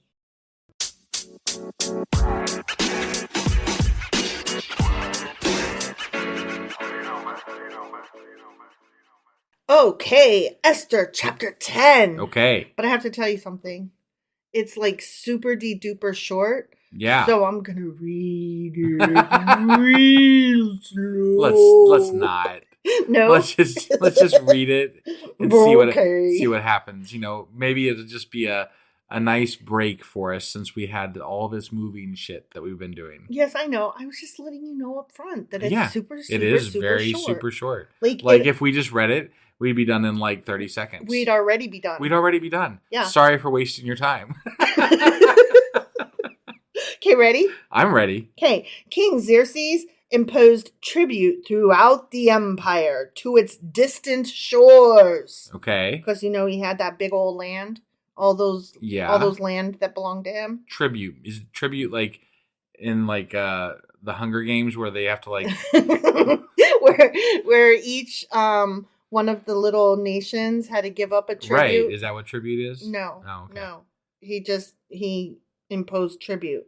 Okay. I'm guessing like taxes. So yeah, kind of like kind of like Games. Hunger Games. But instead of giving me one of your kids to play in the Hunger Games and die, instead they didn't give me just give taxes. They didn't just give like the kids for the games. They also gave their crops or their whatever they made. That is true. Part That of is their true. tribute, quote unquote, was the goods they made. Right, but the kids were specifically called tributes. Right. That was to appease the, warmongering among them that like to... The capital. Yeah. Snow. President Sure. Snow. Yeah, that was the their capital. sick game. Yeah, their Right. sick game. Okay, Just and right. all of his acts of power and might, together with a full account of the greatness of Mordecai, whom the king had promoted, Mm-hmm. are they not written in the book of the annals of Are the they not? kings of Media and Persia? Are they not? Are they not? I don't know. Are they? Are Not? they? Are they not? Not are they? Mordecai the Jew was second in rank to King Xerxes, Damn. preeminent among the Jews. I mean, he went from like Haman was like just like a guy, an official, right? He was high up there, right? He was But- second in command. Was he second? Yeah. Hmm. Yeah, that's why he wanted everybody to bow to him. Oh, okay. Except for in that one story where it was like, and he also had an idol that he wore on his breast. That wasn't actually in the Bible, but Right. in the It was Midrash. in one of the Midrashim. Right. Yeah. Yeah. Okay, so preeminent among the Jews and held in high esteem by his many fellow Jews because he worked for the good of his people and spoke up for them, for the welfare. Are you dragging this out on purpose? Of all the Jews. The end. Wow. Okay. Yes, I was. So just one last little shot of, hey, Mordecai was awesome. He was great. Yeah. He was really pretty great. He did great and was great. That's pretty great. I know, right? Yeah. Yeah, I was trying to like drag it out a little because that's literally it. That's it. And now we're done. Not only is that the last bit of this chapter. That's the last of Esther. Yeah. That's Esther's done. We're done with Esther. Esther's done. And now we know what Purim is, and we know that the Jewish people in this fictional story killed lots of fucking people. Mm-hmm, mm-hmm. And, Mordecai's awesome, apparently.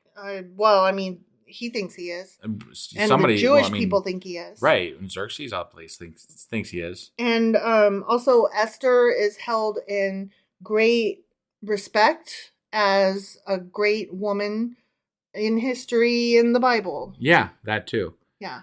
So we're just talking a lot to maybe make this more than like 3 minutes. Is that basically it? I mean, I was just trying to, say some things. Yeah, no, I get it.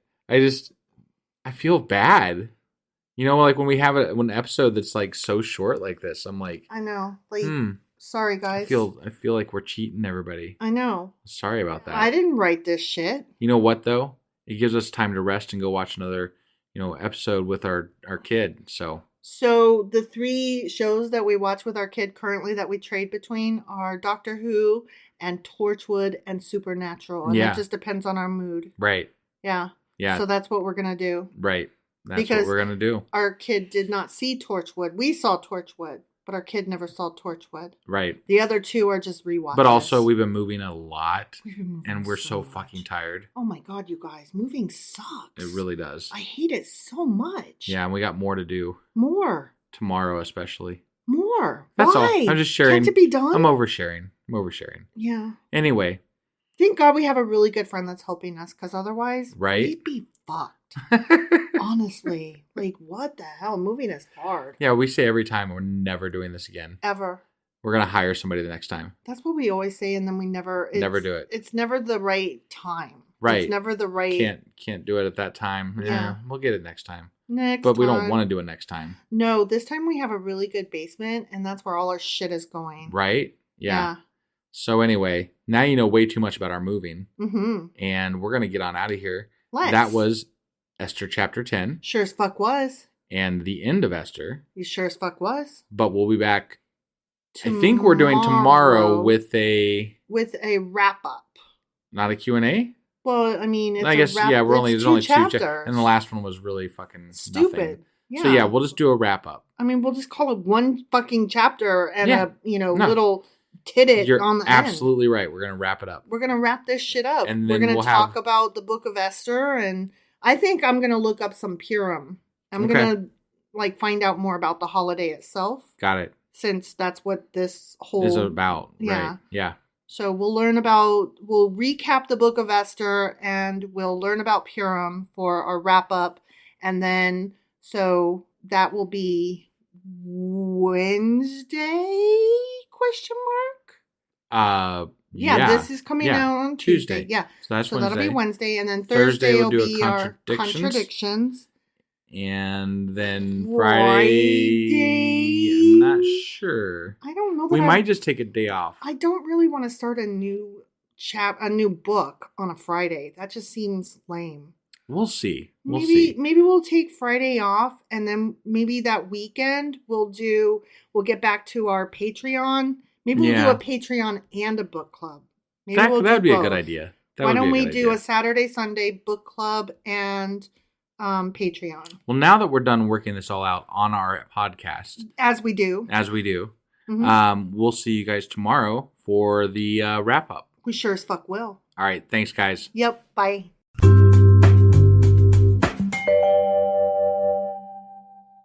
Husband, wife. What is today and what are we doing? Well, it is Saturday, which means that today is Q&A Saturday. That's right. And what are we Qing and Aing today?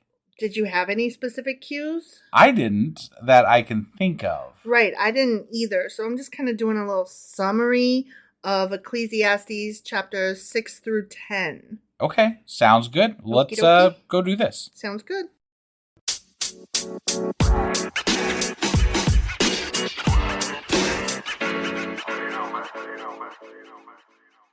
Okay, so since we didn't have any questions, Right. specifically other than the fuck. Well, I mean, my only question is why the fuck does it sound like, Proverbs? Why did it switch from it's like such a different tone? It really is. But and, I don't know that we have an answer for that. So. Right. No, we don't. And it even mentions that in my notes. Right, so right. We're not the only ones that think that. Really? Yeah. Oh, well, that's comforting, I That guess. is always comforting when we think a thing and then I find out that Others yes. think it. Yeah, it is true. That is a fact. Right. So chapter 6 is a continuation from previous chapter about the vanity of life. Okay. And this chapter in particular deals with wealth and insatiability. Basically saying that one of the worst things that can happen to a person in this life is to have stuff but not enjoy it. Okay. And so we should be content with what we have and not submit to vanity and keep restlessly seeking more. I think that's a double-edged sword. So like you and I talk about this a lot where, we want to be happy with what we have and who we are and things like that, right? Mm-hmm. But I think also on the flip side of that is that if you stop pursuing things in your life, right, become complacent, you're not really living. Like there's a point where I understand what they're getting at. You have to not continuously work for no reason. Like if you're working just to work and collect more wealth, that I can see as absurd. But if you're working towards goals and projects and things like that, I feel like that's a worthwhile endeavor a lot of the time. Well, I feel like you and I pretty much represent both sides of this because I tend to be very complacent and very satisfied with, well, this is where I'm at and I'm happy about it. The end. And you are the perpetual dreamer, always wanting to better our lot, no matter what our lot is. And we kind of balance each other out, which is nice because I remind you to smell the flowers and you remind me but we can plant more flowers too, and that's okay. Right. But I mean, even in my seeking more, I am seeking more not for just riches. I'm seeking more to better myself I like creating. I like getting involved in things. I want to be more than I am. And so I endeavor to be more than I am. Sure. All the time. Same. I mean, that's part of why I wanted to, read the Bible and figure out more. And I always love the research part because I like learning more than what I know. I attribute most of my craziness to like my ADHD that I have diagnosed. Yeah. Apparently your mom says that you were apparently diagnosed when you were young. Yeah. Who knows? I don't know how, that was in like the 80s, so who knows how reliable that was, but. Yeah, exactly. But I also, I've grown to enjoy my ADHD at some level. It's annoying, but also it gets me into a lot of things that I have learned to concentrate on and focus in on. Like this podcast is a prime example. Sure. I mean, you're always trying something new, and whether it sticks or not is not always the point. Yeah. And all of the things that you've tried have led to the successes that we have had, and the things that you stick with are because of all the things you've tried. Right. So, I think it's nice that we're able to balance each other out that way. Definitely.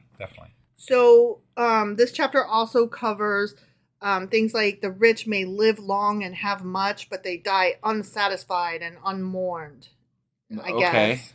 And then also, what is the point of wisdom and what reason is there for the poor to find a role in life to improve one's lot? And the desire to find answers beyond the obvious is seen as vanity.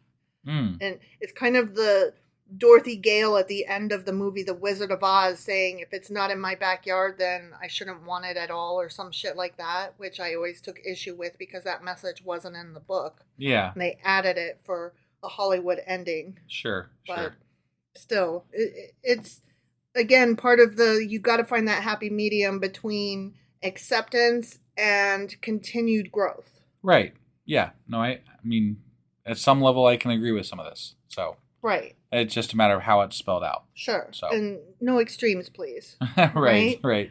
And then finally, also, there is an impasse where they say everything has been defined, so humans are inherently incapable of contesting a cause with God. So that was in that chapter somewhere. Got it. Okay.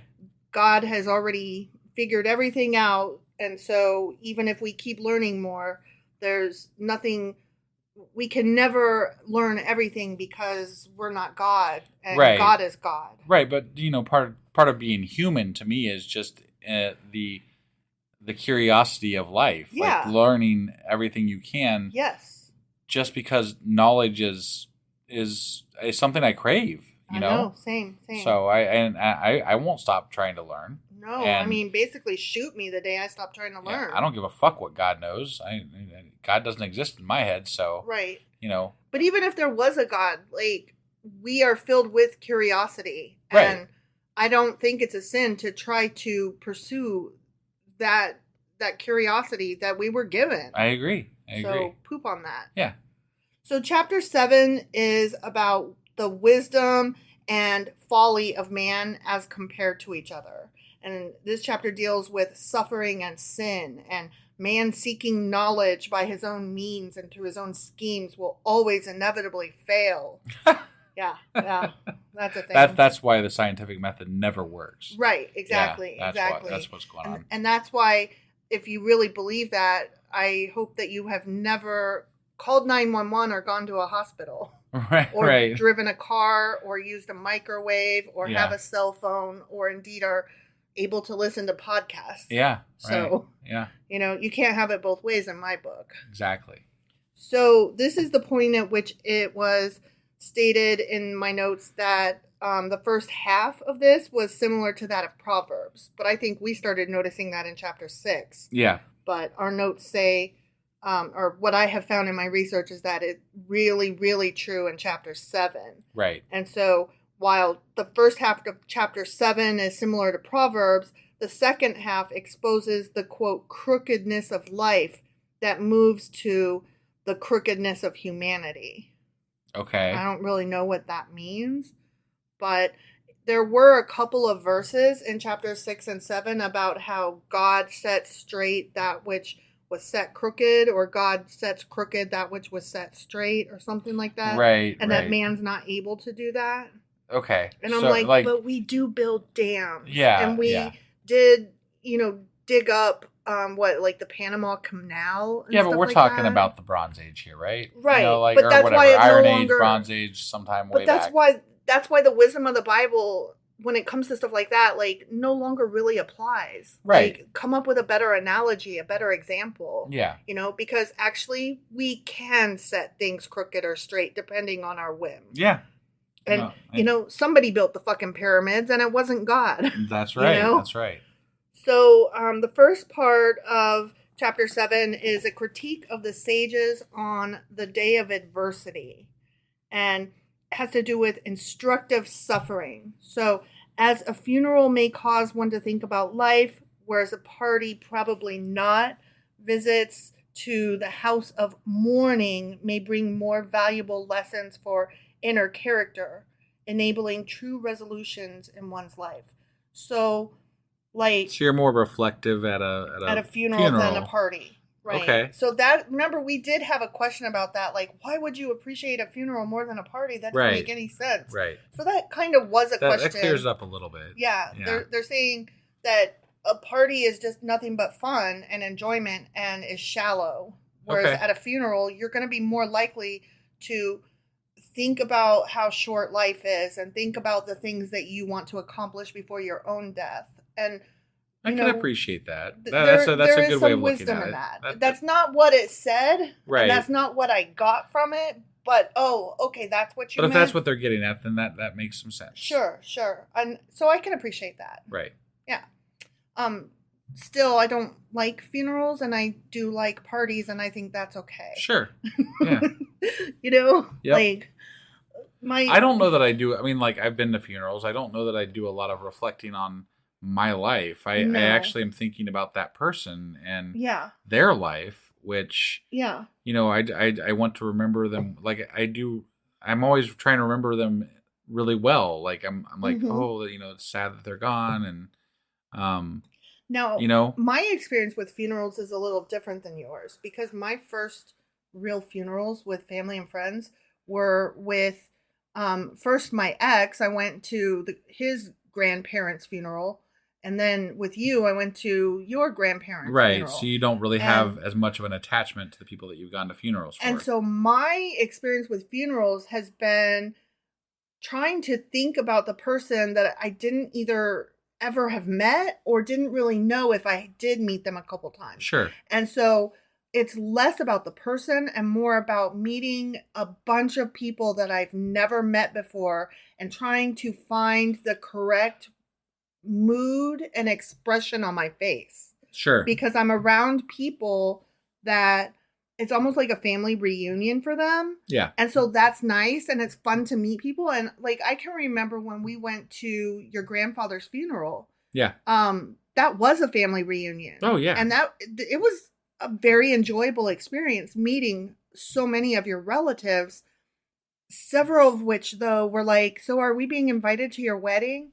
And we didn't even, like, I didn't even remember, wait, is this grandfather on your mom's side or your dad's side? How are they related? Right. And I'm sorry, who the fuck are you again? Right. Like, and I didn't know how to deal with that. And, we were just trying to have a small wedding. So, like, I wasn't necessarily thinking about death, and I wasn't thinking about that person even. Sure. I was very selfishly thinking of my discomfort and looking at all the kids sitting on the couch playing on their Game Boys and wishing I could be one of the kids sitting on the couch playing a Game Boy. I think that's fair. You were an outsider in that situation, and it's hard to know what to do or how to handle yourself. Yeah. So I mean, I was very much at home because that's the family I grew up with and knew. Yeah. So yeah. It's different ways of viewing it, but I mean, definitely makes a difference as to whose funeral you're going to. Right. And then, like, with my own grandparents, I was not able to attend my grandfather's funeral because I was in the military at the time and couldn't come home for that. And then with my grandmother's funeral, I drove all the way across the damn country, like a 3-day driving trip. Yeah. And went, and it was just me and my sister and 2 of my uncles, Yeah. I mean, and our family dynamics are night and day different. As far as what your family, like, size of families is. Yeah. I have a huge family. Yeah.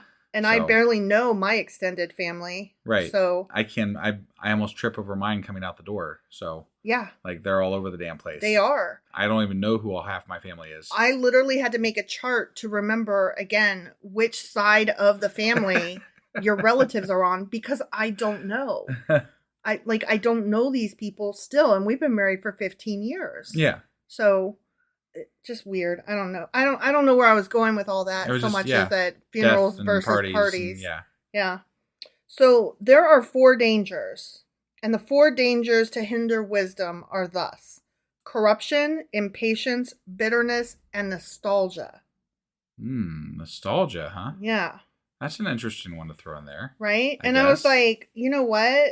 I fall victim to impatience, bitterness, and nostalgia, not corruption. Right. Because I'm not a corruptible person. Sure. I think what I think, and that's that. Yeah, yeah. But, like, I'm very impatient. I am bitter about a lot of things, and I do sometimes fall victim to nostalgia. Sure. Not like the, quote, good old days, but like the place where I grew up. It was an Air Force base in southern Italy that no longer exists. Yeah. And I have nostalgia for that place that I spent 10 years of my childhood. Right, right. Through 10th grade. So. Yeah, and it's not like mine where I could go down and visit where I grew up anytime. Yeah, so. Because it's, small town USA right down the road. Yeah. So, yeah. So of those 4, do you have problems with any of those? I don't know that I have problems with them. You're very patient. You don't suffer bitterness. You don't have a lot of nostalgia issues, and you're certainly not corruptible. Right. So I would say Yeah. you're one of God's good people. I would say nostalgia would be the one that I have the most in me, but I don't feel like it's a hindrance of any type. No. So it doesn't it's- hold you back and you don't suffer for it or Right, anything. right. No. No. So I don't know. You I don't relate totally- to any of those. You exactly. did not even like react when I said you're one of God's good people. Sorry, it didn't really register. But No, yeah. I know. I totally expected you to be like, I resent that. Right, yeah, sorry.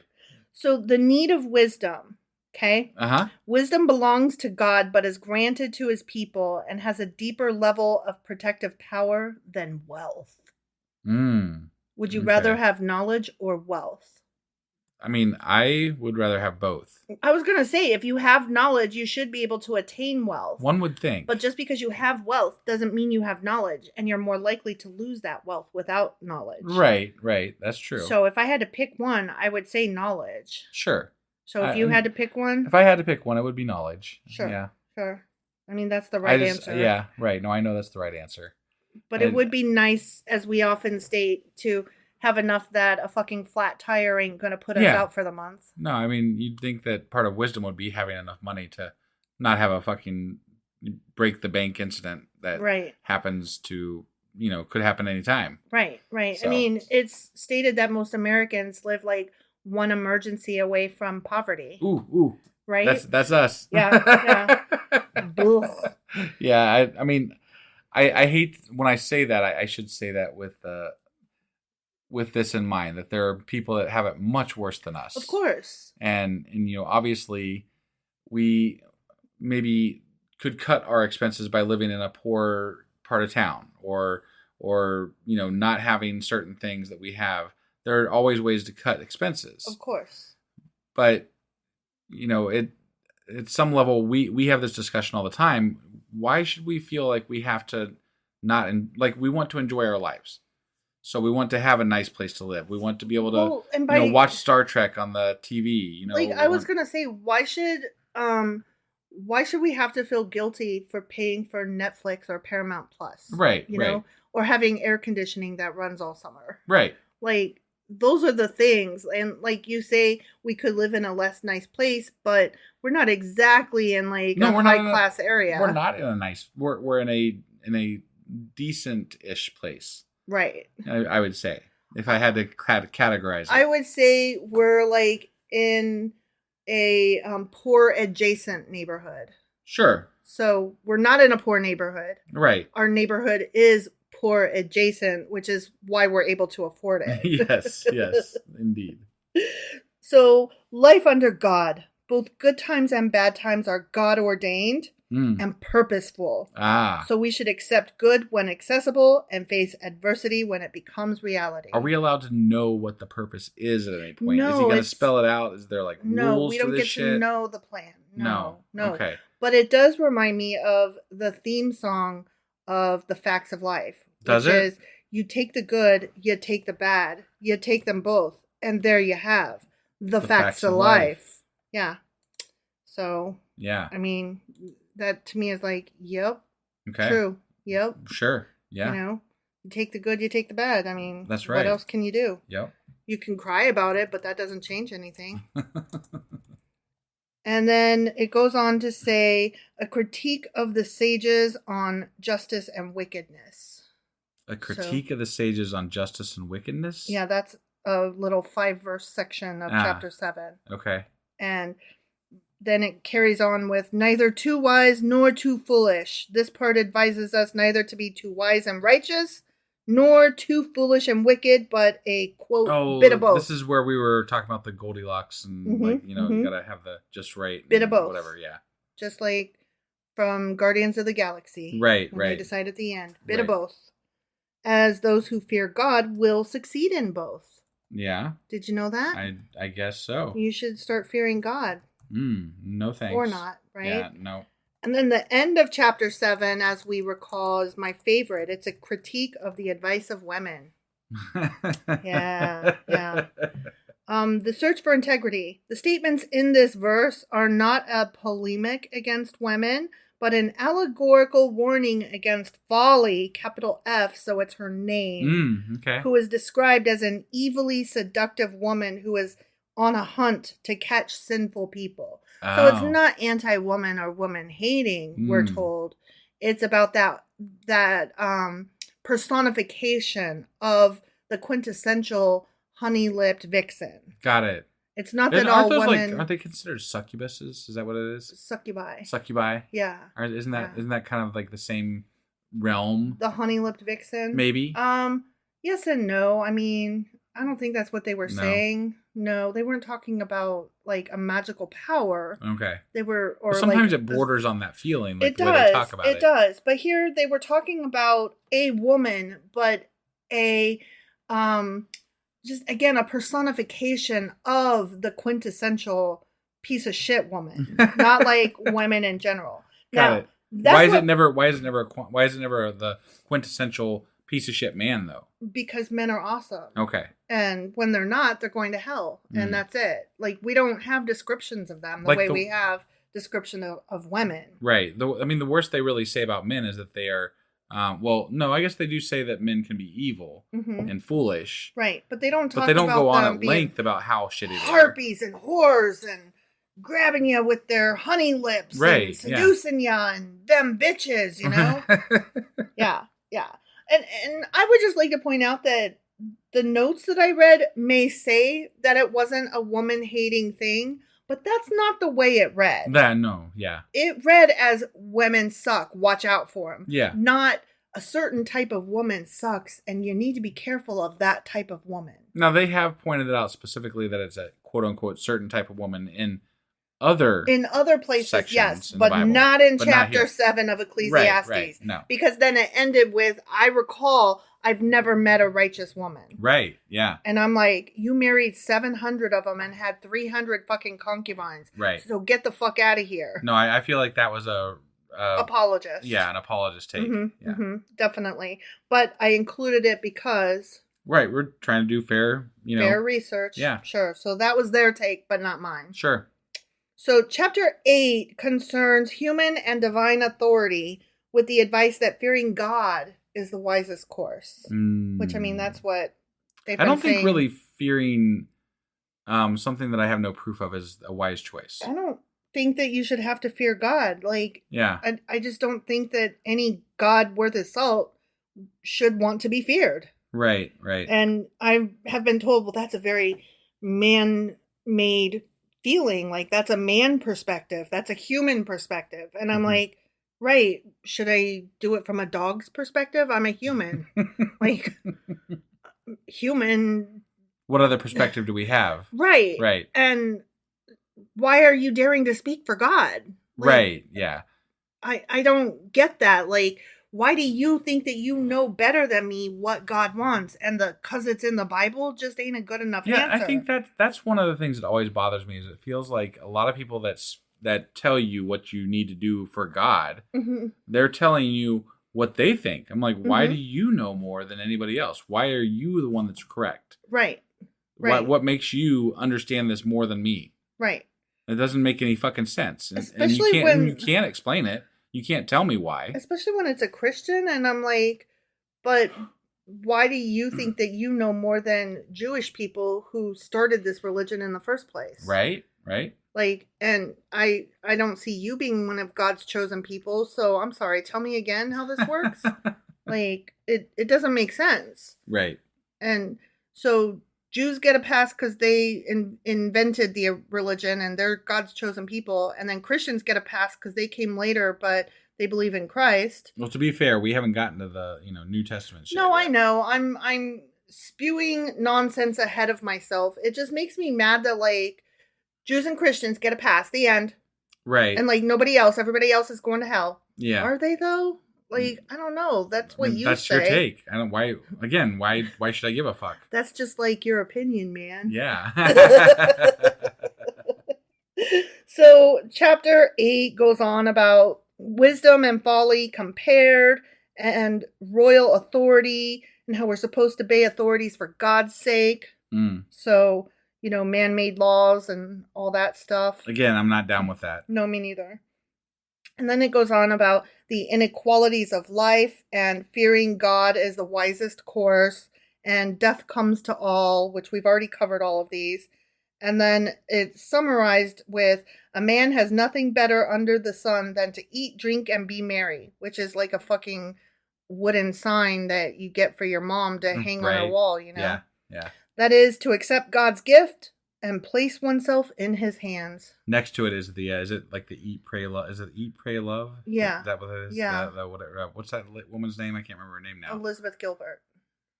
Oh, okay. Eat, Pray, Love. Elizabeth Gilbert. Okay. All right. Wrote that book. Got it. Yes. Got it. Yes.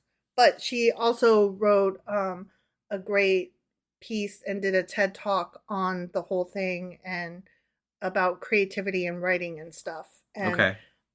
She was kind of dismayed that she had written a book before that none of us can remember the title to, and that perturbs her.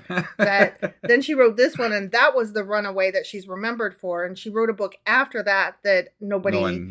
And so she's not thrilled with that. Got it. Which I don't blame her. Right. But she did this great TED Talk on chasing creativity and feeling the magic of writing and how the muse escapes you. And man, she's so wonderful that it's funny that that's what she's known for. Right. Anyway, Elizabeth Gilbert, great TED Talk. Yeah. Okay, so chapter 9 is about more of the inequalities of life. And this chapter brings together some of the book's major themes, namely the shared fate of death, the importance of enjoyment in the midst of an unpredictable world, and the value of wisdom. I mean, those are all things that I could, like, that's some of the stuff that I kind of agree with. Like, that's all, if you take God out of a lot of the things that they're talking about, I can agree with some of the sentiments in this book. Sure. It's just that you got to bring God into it. And then I'm like, no. And the way you're phrasing some of these things is just not okay. But the general sentiments, if you take them in as a secular idea, sure, are okay. Mm-hmm. And they could be discussed rationally and make sense for people's lives. Mm-hmm. But it's the God part that gets me. Mm-hmm. Definitely.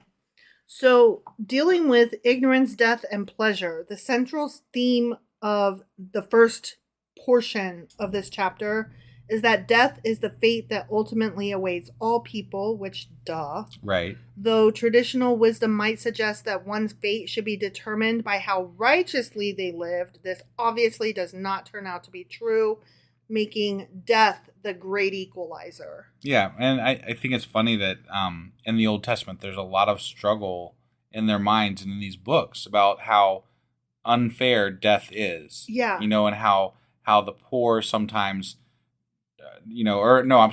how the wise and upright sometimes die before the corrupt wicked. And the rich, you know, and it's like, yeah, that's because your God doesn't exist and it doesn't fucking matter. Thinking of an afterlife and thinking of God handling it all makes it for them easier to deal with the inequality. Right. And I'm like, that's very immature though. Maybe you should think about it better. Maybe it is unfair. And maybe that's just the way it is. Not because God made it that way, but because, like you said, kind of sometimes life just does suck. Well, and I feel like our view on this is why there is such unfairness in society in general, even today. Mm-hmm. Because we allow for the fact that, God will take care of that. Yeah. You know, we don't take action on things because God will take care of it.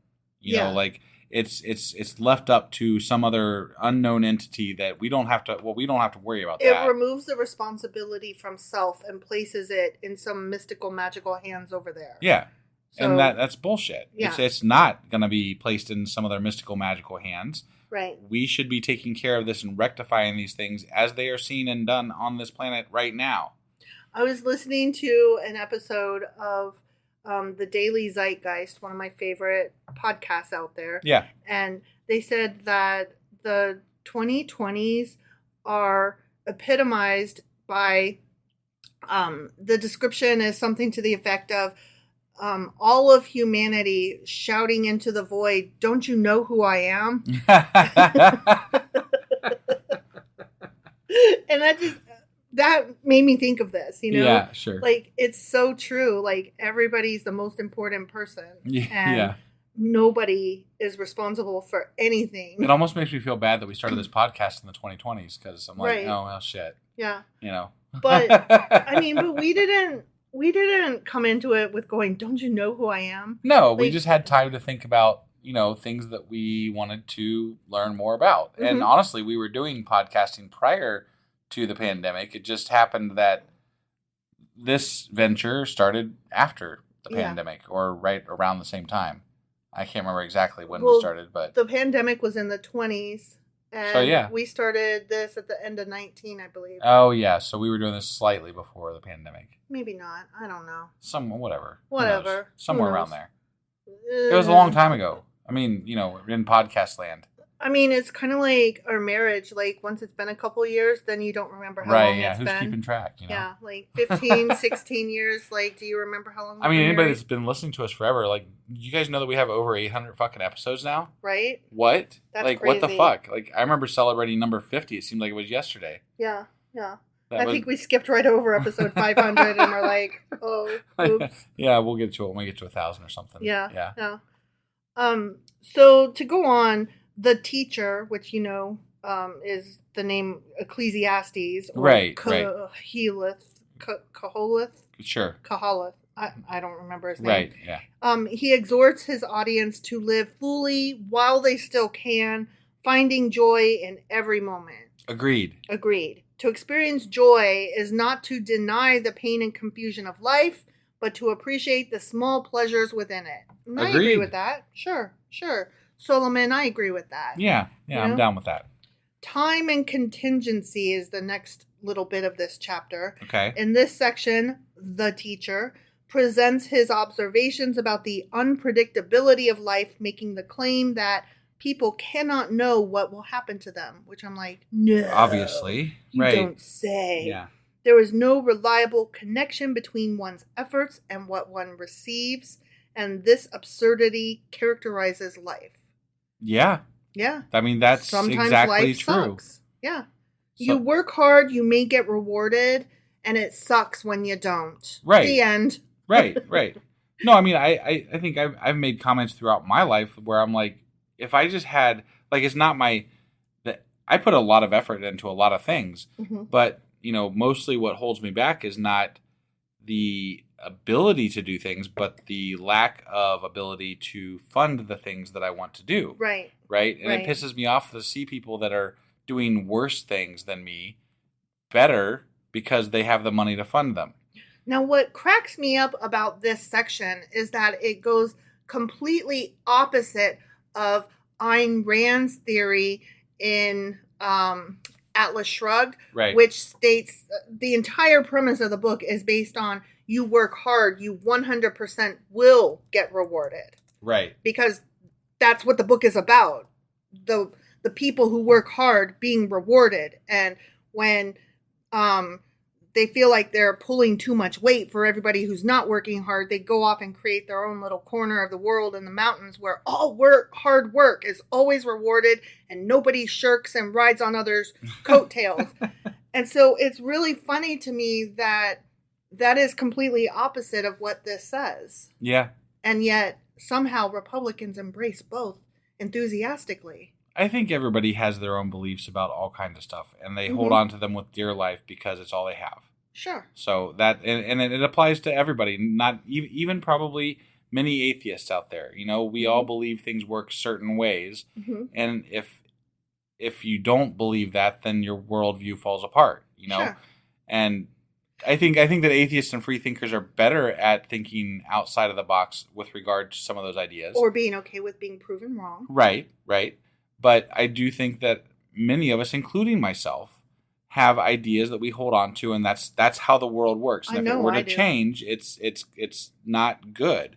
Right. So I mean, I'm not mad that people have ideas about how workers get rewarded or what have you. But be open to I think all that I ask of people is just to be open to conversation about how you might be wrong. Sure. There are differing opinions. Let's talk about them. Right. I love talking about differing opinions. Well, I love the idea that hard work is always 100% rewarded. I love that idea. I just don't believe in it. Awesome if it were true. Right. But it's clearly not. And in this particular part of the Bible, they agree. Right. No, and that's cool. Solomon goes on at great length about how that's not fucking true. Right, right. So, yeah. There it is. Yeah. So, at the end of chapter 9, the teacher returns to the topic of wisdom and says, though wisdom is ultimately of tremendous importance, one cannot expect that wisdom will be met with reward. Thus, realism, rather than untenable optimism or pessimism, is encouraged. So he's saying be realistic. Yeah.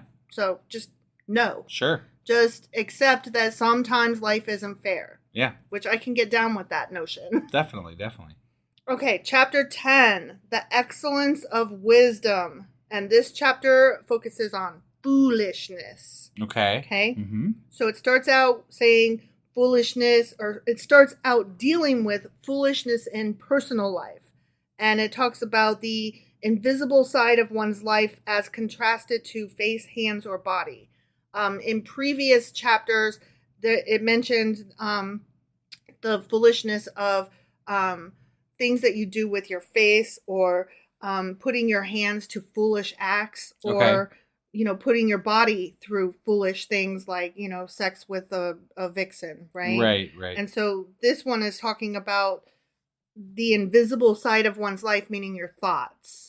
Okay. So it's juxtaposed against that. Got it. Don't be foolish.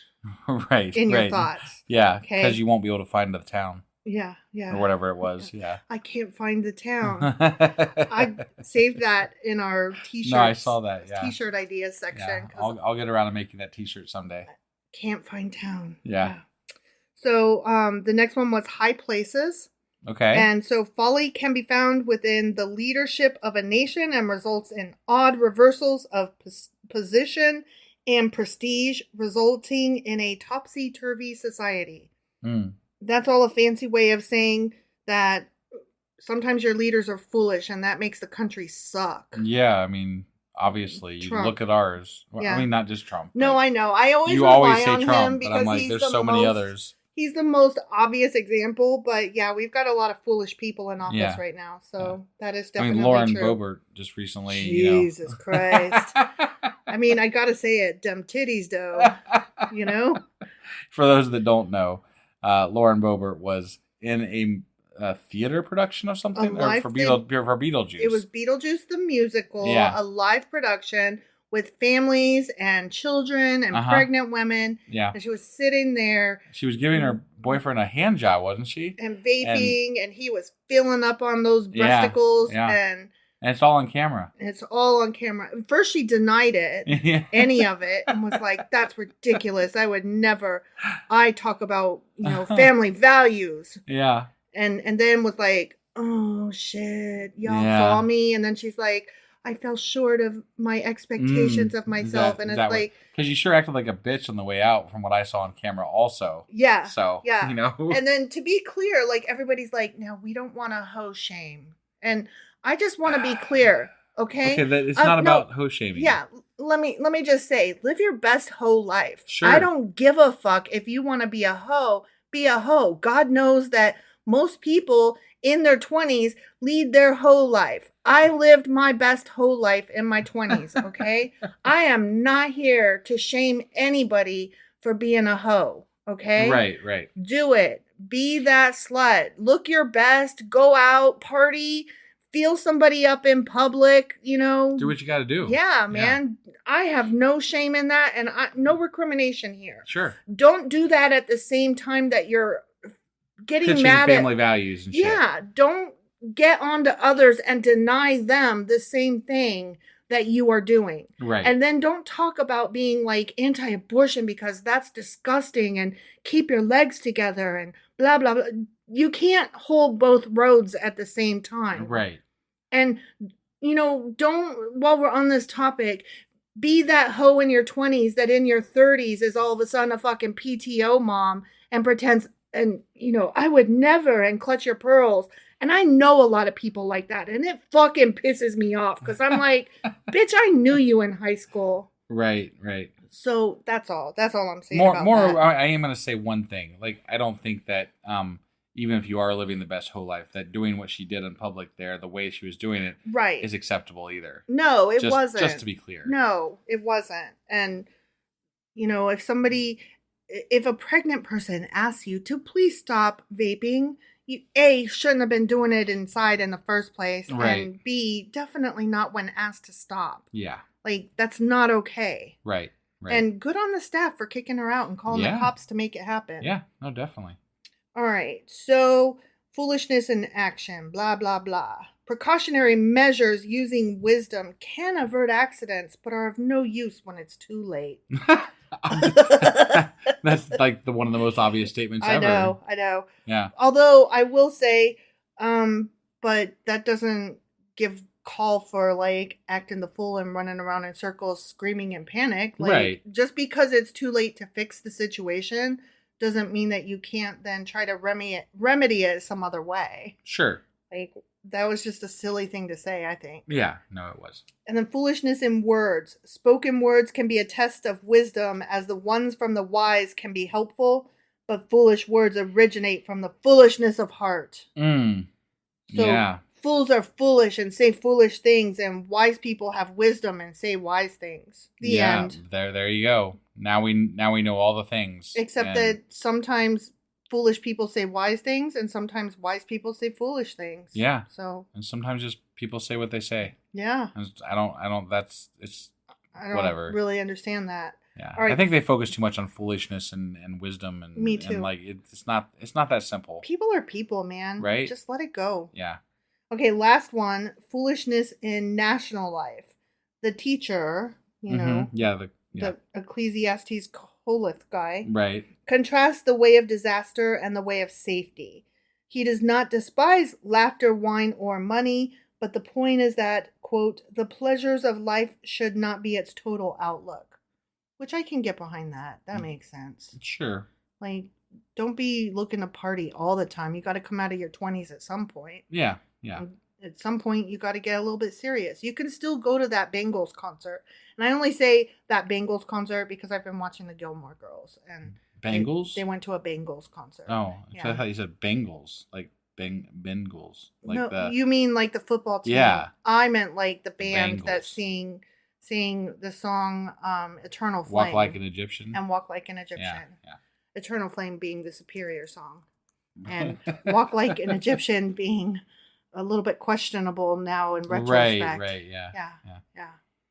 So that's it. That's all That's all we got. This Q&A. All right. Well, Saturday. That wraps it up. And let's see. Tomorrow we will be back with a Patreon. For those of you that are on Patreon. Mm-hmm. So do that. You should do that. And it's. I mean, you can get on there for free and try it out. Yeah. See what you think of it. And I was going to talk about one thing, but husband had somebody come into work today and talk to him about numbers and angels. Angel numbers. Angel numbers. I was like, what the fuck is an angel number? And she starts talking about all kinds of crazy shit. And I'm like, okay. So he came home and was like, we got to talk about angel numbers. So yeah, if you want to know about angel numbers, go sign up for a free trial of the Patreon. Yeah. And then you can listen to it. And then if you don't like us over there enough to pay us $2 a month, you can always cancel. Yeah. And then you get a free Patreon episode. Yeah. And then after our Patreon episode, you're going to do the weekly wrap up. Yep. And then we'll be back on Monday with Ecclesiastes chapter 11. That is right. And we'll be wrapping up like that book after the next day because it'll only be 2 episodes of Ecclesiastes and then we're done with it and we got to do our specials. Yeah. So on Tuesday will be chapter 12, and then Wednesday will be our bonus summary. Wrap up thing, and then, the contradictions, and then who knows? We'll do something else, maybe. Maybe we'll take a day off. I don't know. We'll see. Who fucking knows? Well, we don't do this, like, planned shit, you know? Other than telling you, like, the next couple days, and sometimes even that is wrong. Right, yeah, definitely.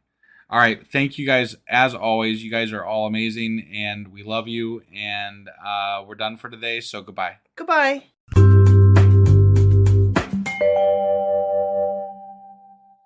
Husband. Wife. Oh my God, what are we doing? Well, I had a customer come in to my... No. Before that. Oh. What is this episode? What is it for? Well, it's a special episode. It is! Yeah, and it's on a Sunday. It is! Which means that we're doing... Patreon! That's right. Yes, that's what I wanted you to say first. I'm sorry. I messed the whole thing up. You did? Yeah. Okay, so now, what are we doing this about? Tell us why and how. I had a customer come into where I work, and they said something to me about angel numbers. And I was like, what the fuck is an angel number? Oh, I'm going to tell you. And it sounded like some hooey-ass bullshit. Yeah. So it sounded right up our alley for a special Patreon. For something stupid? Yeah. Sure. So I just wanted to I wanted to learn a little bit more about what angel numbers were. Well, okay. Angel numbers. I mean, who doesn't want to know what angel numbers are? Right? All right. You ready to get into this? Oh, and how? All right.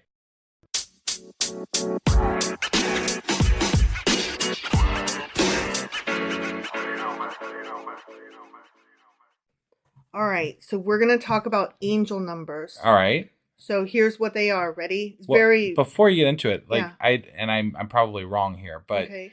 The person made it seem like it was kind of in line with sort of the same things as like, your sign. It's stuff. not. It's No? not. It has nothing to do with you, and that's the main difference between so-called angel numbers and your zodiac and stuff. Oh. Because.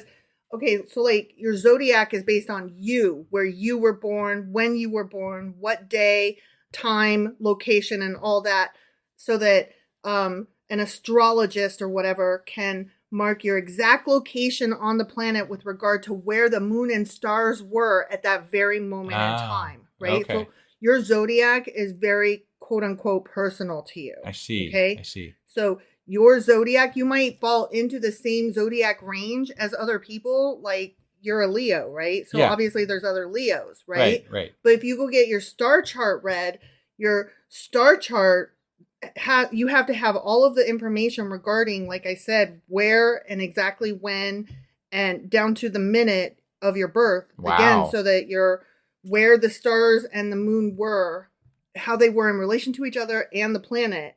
Like, it's all about you.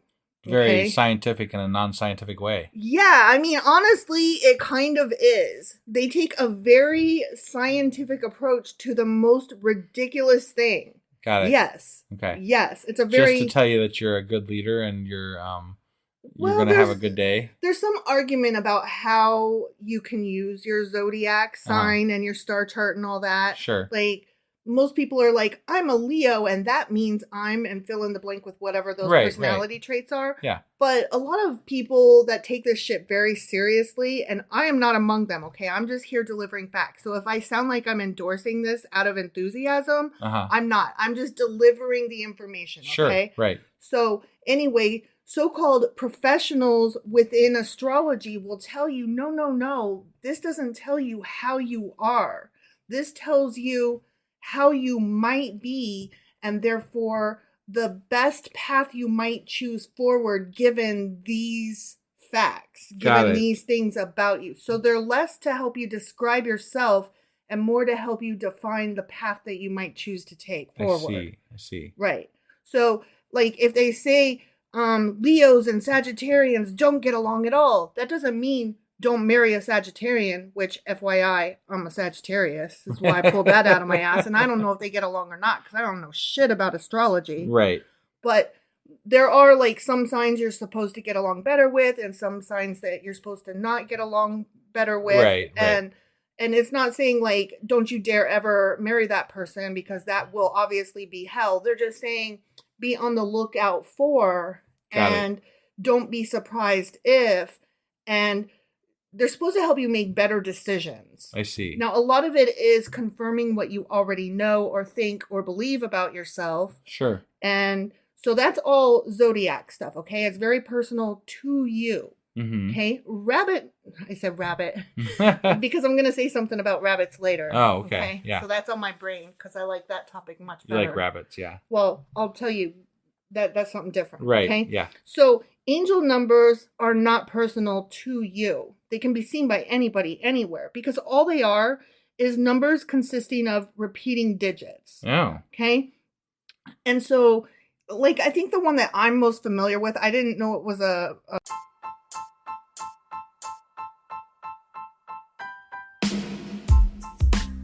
Hey, wife, I guess that's the end? But husband, that's just sad. It doesn't have to be. We are on lots of social media platforms like Twitter. Our handle there is sacrilegious_D. For D's nuts. Oh my God. Stop doing that. Anyway, we're also on Facebook, Instagram, and Pinterest. There's a link to all of our social media sites at our website. Ooh, we have a website? Yeah, it's sacrilegiousdiscourse.com, where you can also find a link to our merch shop. We have a merch shop? Yep, we have podcast-themed clothing, mugs, notebooks, and more, as well as an atheist and science-themed products. Wow, our fans should really go check that out right now. Definitely. They can get in touch with us by sending an email to sacrilegiousdiscourse@gmail.com. But before they do that, we could really use some help. Oh yeah? With what? Well, it's not free running the podcast, and we need some financial support in order to get better equipment, which will free up time so we can concentrate on our podcast and our fans. Okay, so what should they do? Head over to patreon.com/sacrilegious discourse and sign up as a contributor on our podcast. Supporters there receive additional bi-weekly episodes that we record just for our Patreon members for as little as $2 a month. Also, we'd really appreciate it if you would like and subscribe on whatever platform you're using. And Apple Podcast reviews help us out tremendously.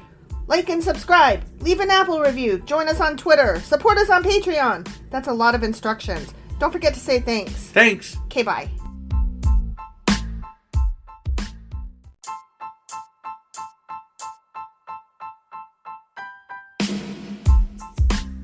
Hey, wife, I guess that's the end? But husband, that's just sad. It doesn't have to be. We are on lots of social media platforms like Twitter. Our handle there is sacrilegious_D. For D's nuts. Oh my God. Stop doing that. Anyway, we're also on Facebook, Instagram, and Pinterest. There's a link to all of our social media sites at our website. Ooh, we have a website? Yeah, it's sacrilegiousdiscourse.com, where you can also find a link to our merch shop. We have a merch shop? Yep, we have podcast-themed clothing, mugs, notebooks, and more, as well as an atheist and science-themed products. Wow, our fans should really go check that out right now. Definitely. They can get in touch with us by sending an email to sacrilegiousdiscourse@gmail.com. But before they do that, we could really use some help. Oh yeah? With what? Well, it's not free running the podcast, and we need some financial support in order to get better equipment, which will free up time so we can concentrate on our podcast and our fans. Okay, so what should they do? Head over to patreon.com/sacrilegious discourse and sign up as a contributor on our podcast. Supporters there receive additional bi-weekly episodes that we record just for our Patreon members for as little as $2 a month. Also, we'd really appreciate it if you would like and subscribe on whatever platform you're using. And Apple Podcast reviews help us out tremendously. Like and subscribe. Leave an Apple review. Join us on Twitter. Support us on Patreon. That's a lot of instructions. Don't forget to say thanks. Thanks. Okay, bye.